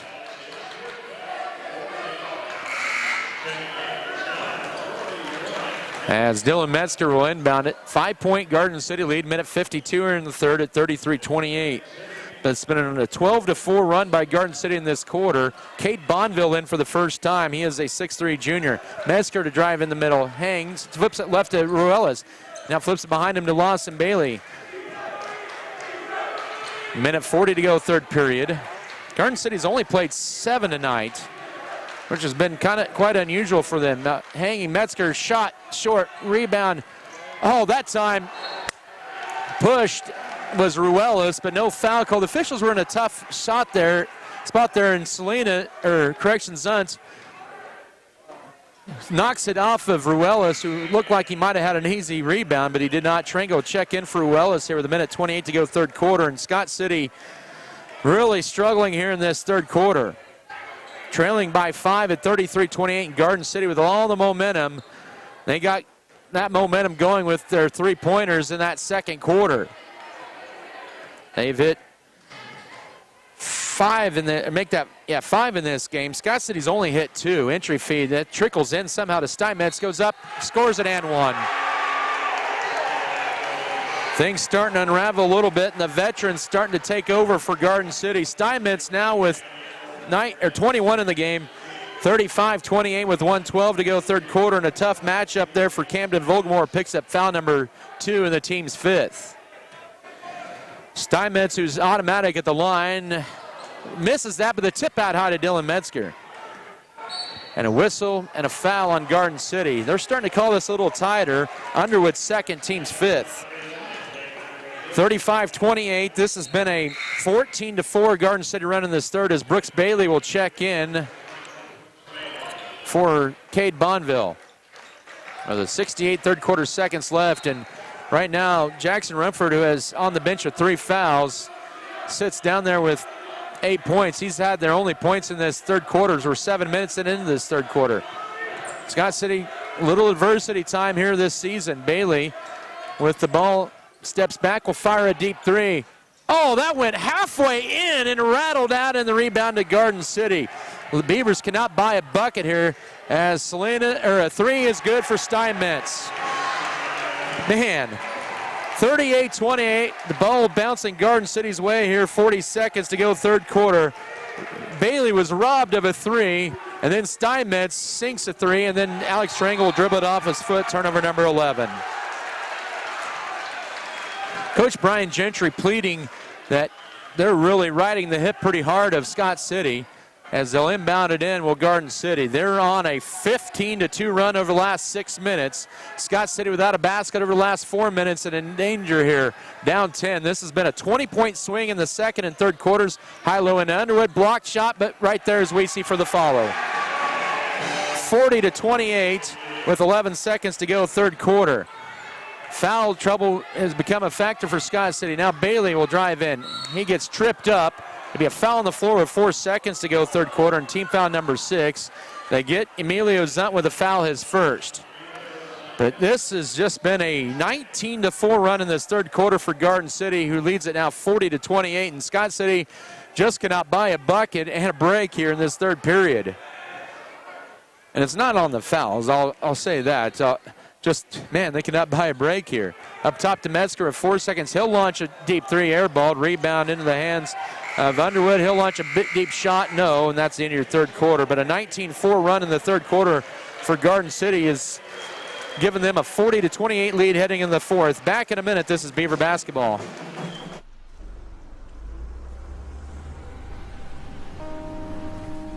Do you even know where you're going? Yeah, let me pull out the GPS. Hey dude, I don't think you should be doing that. Look out! More than 400 fatal crashes occur every year due to distracted driving. Avoid using your device by placing it out of reach. Prepare your route beforehand, check all your messages, and respond before driving. Put your phone away or get ready to pay. Go to distraction.gov for more information. There's nothing more spacious than Western Kansas, and nobody closer than our communities. We are determined to keep our communities connected to schools, kids to teachers and parents. We believe a connected world is a better place. We're more than what we do for our hometowns. It's what we do with our hometowns. S&T is proud to be your family, your friends, your neighbor. Women at Message brought to you by Wheatland Electric, delivering energy for life, your Touchstone Energy Cooperative. Fourth quarter set to begin. It'll be Garden City's balls. They went on a 19-4 run in that third quarter. Scott City got into foul trouble with Alex Tarango and Jackson Rumford, each with the 3 fouls, and Garden City cannot miss in this second half. And it's 40-28. Garden City has ballooned their lead to 12 here. They took the lead with about 4:56 to go third quarter and have never trailed since then. Scott City had ample opportunities to retake the lead down 1. And a shot no, left baseline for Underwood, and a rebound to Lawson Bailey. Scott City has to go to work. They're led tonight by Jackson Rumford with 8. Jay Steinmetz has 24 points for Garden City. Rumford in the paint, nice spin move, puts up a tough shot, a lot of contact, won't get the foul, and the rebound to Underwood. First minute of this fourth quarter, and now down the floor goes to Caleb Weezy, tracks it down to Brody Burns. He'll stop and pop the 3, and he'll hit it, of course. 43-28, first minute of this fourth quarter. That's the three-pointer. It's hot or not. Now Avery Nolan transition. He ends the drought for Scott City with a 6-point, 43-30. That ends a 14-0 Garden City run with 6:50 to go, and almost get the turnover. Scott City down 13, but behind the defense, layup good for Burns. He has the last 5, and all 5 in the fourth quarter, 45-30 with 6:42 to go. So the lead is back up to 15 for Garden City. Avery Knoll gets a poke from behind. They get a foul. That'll be 1 and 1. That'll be on Underwood, his third, with 6:34 left. Team foul number 7. Isaiah Salinas and Colton Davis in. Garden City has stayed with that 7-man rotation here tonight. 1 and 1 for Avery Knoll, who's 3 of 6 on the year at the line coming into tonight. But Scott City is 0 of 4 at the line. And a 45-30 deficit here with 6:34 left. Long ways to go, but the Beavers need to get some stops in a hurry. But Knoll hits that free throw. He'll get the bonus. He has had a nice night, 7 points, 45-31 here. He's had a tough assignment, trailing number 4 all night on the defensive end. Second free throw off the back iron. The rebound in the hands of Garden City's Colton Davis, his second board of the night. Garden City also crashed the boards better in the second half. And a whistle and a block out high. That'll be on Alex Tarango. He's frustrated. That's his fourth. That'll be team foul number 6. With 6:26 to go. Correction, that's just his third, they say. Wonder who else they got the foul on, because I thought that was his fourth, but guess not. But nonetheless, it's the 6th team foul on Scott City with 6:18 to go, down 14 at 45-31. The Beavers just 1 of 6 at the line tonight, but that's really not been the story. It's been the three-point shooting for Garden City. As a good defense by Rumford, as they deflects the entry pass into Weesey, forces Garden City into their 12th turnover.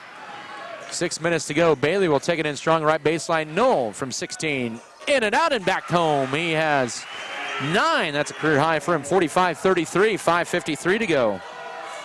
Garden City trying to break the full court press, and they do with Jay Steinmetz, and that's going to be out of bounds off. Now they're going to discuss. That might have been off the foot of Rumford.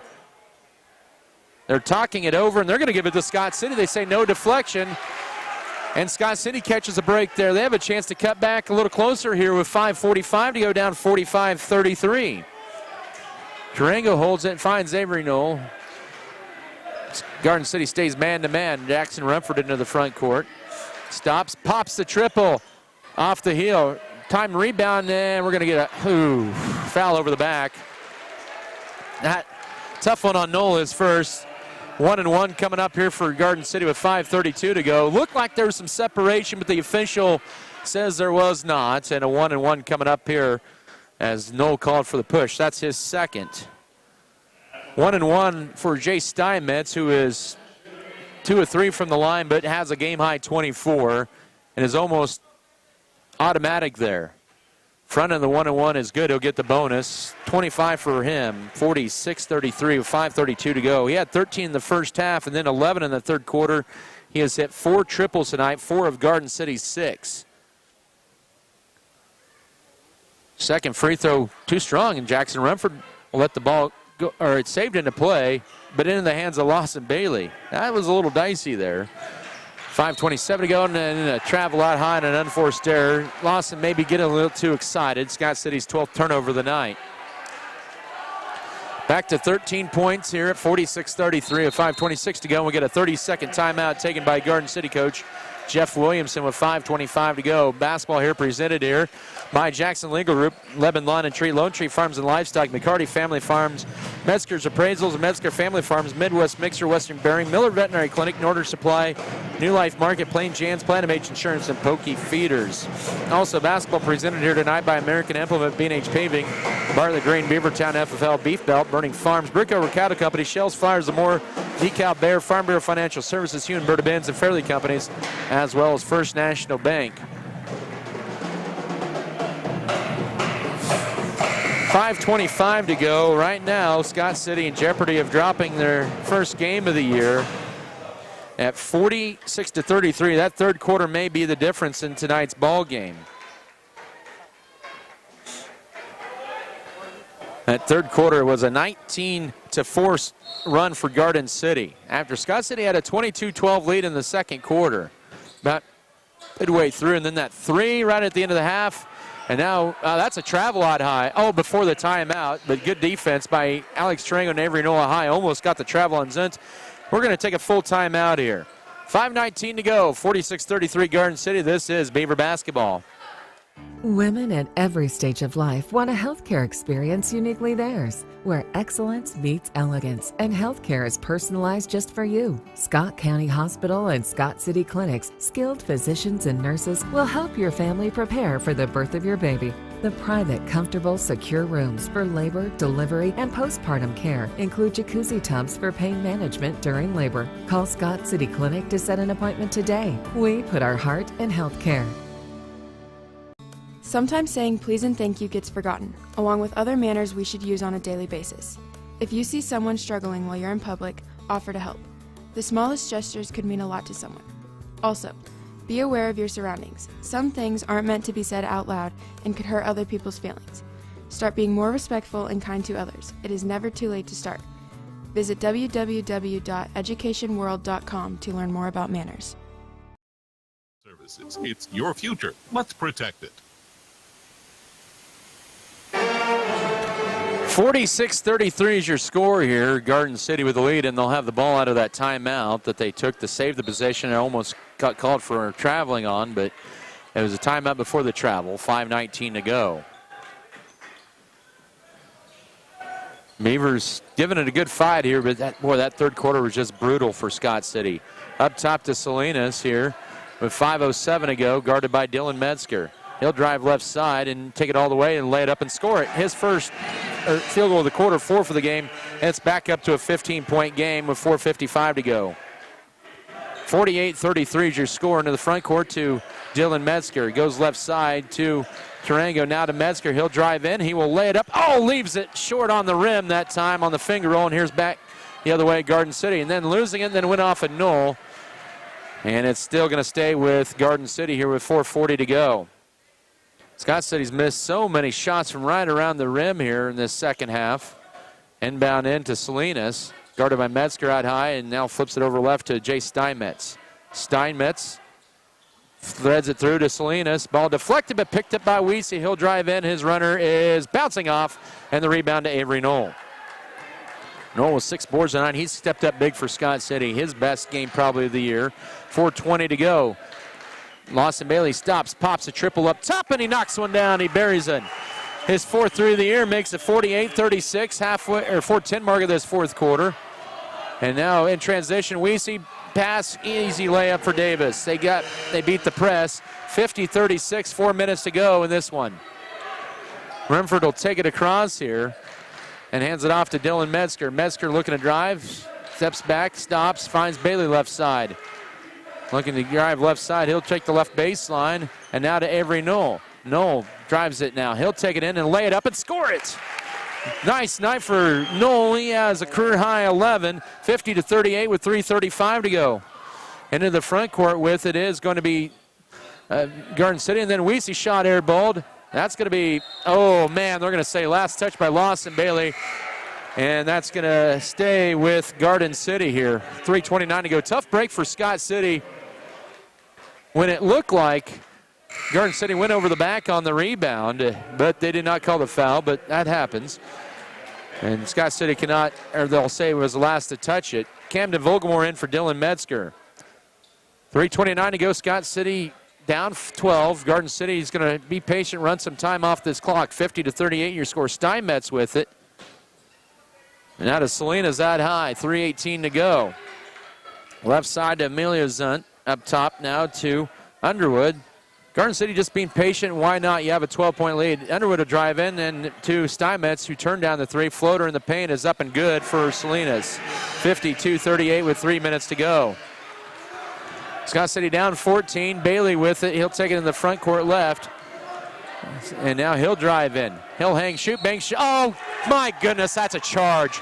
You've got to be kidding me. That was a flop all over by Salinas. And he was leaning back when Bailey was going to the basket. Bailey's first, team's 8th, with 2:51 to go. That time the official bought the sell by Salinas. Scott City traps. Garden City's going to break it, and they're into the front court. Left corner, Weesey holds it, and then they'll throw it back up to Zuntz with 2:48 to go. Good effort, though, by Lawson. 2:40 to go. Weesey with it. Up top, it goes to Underwood. That may have gotten away with the walk that time in Zuntz. And now good effort, though, by Scott City trying to steal it. Steinmetz, he's going to drive in. He will lay it up, leave it short, tipped around. He gets his own rebound, throws it up. Of course, he'll score and one. What a night he's had. He's had 27 points, and now it's a 54-38 game with 2:24 to go. That foul on Avery Knoll, his third, team's ninth. So Steinmetz back to the line. He has 27. He's had a 30-point game already this year. Free throw. He's struggling there tonight. Rebound to Scott City, excuse me. With it is Rumford spin move. Finds it left corner to Alex Chirango. He'll drive in, flip it over right side. Now Knoll will try a triple out high. And that'll bounce off, and the rebound goes to Underwood here with 2:05 to go. Scott City just running out of steam here in this fourth quarter, trailing 54-38. It felt like for Scott City that rim just kind of got a little smaller as the second half has worn on. And Garden City on their way to winning their third straight against Scott City in the series. Since 1965, they're 11-4 against Scott City in a foul. That'll be on Lawson Bailey, his second. Double bonus time for Garden City. As Jake Underwood heads there, he's 1 of 2 there at the line tonight. He has 2 points. 2 free throws coming up here with 1:45 to go. First of 2 is crawling in. 55-38. Eloy Ruelas in for Alex Chirango. Brooks Bailey set to check in. He'll replace Lawson Bailey, who's had a pretty good effort here tonight. He has 7 points.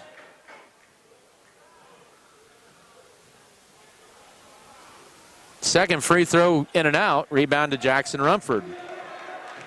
8 points and unofficially 8 boards for him. And stolen away in a turnover. Scott City with their 13th of the night. That hasn't really been the story. Garden City just came at Scott City in the second half in waves. 1:25 to go, 55-38. Up top it goes to Steinmetz. He's really been the story tonight. And Coach Williamson's going to go deeper to the bench. Scott City sends their 12th player to the scorer's table for the first time tonight. 12 in this one. They're just playing keep away up top. Garden City's going to get to 5-0. This is a pretty solid team. And timeout for Garden City here to be a full for all substitutes. And we'll keep it right here. 1:06 to go. Scott City can bounce back on Tuesday. They'll play at home against Cimarron. Cimarron lost last night to Sublette. They're in the third place game today. Then they go to Colby, who's in the championship game tonight of the orange and black, the topside tip-off. It's on I-70 there. And then they host a very good Goodland team right before the Christmas break. 55-38 is your score here, late fourth quarter, as we had a whole bunch of subs. Sage Steckline, by the way, in for the first time for Scott City, a 6'3 junior. Garden City will bring in Carter Ramsey, a 6'1 senior. Aiden Pichardo, a 6'2 junior. Rex Kratz, a 5'10 senior. Daniel Menares, a 6-foot freshman. And Giovanni Bears, a 6'1 junior.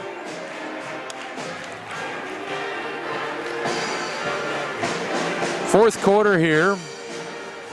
Garden City off to their hottest start in quite a while, but this is going to be a team that is under the radar in Class 6A with 1:06 to go. I think Scott City, though, for the most part, it's been a rough second half. They've proved their worth here. The turnover forced by Scott City, their 14th of the night.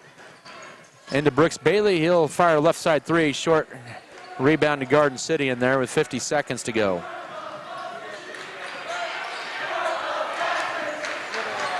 .45 seconds to go, right side out high to Menards, but that third quarter is where it really turned for Scott City.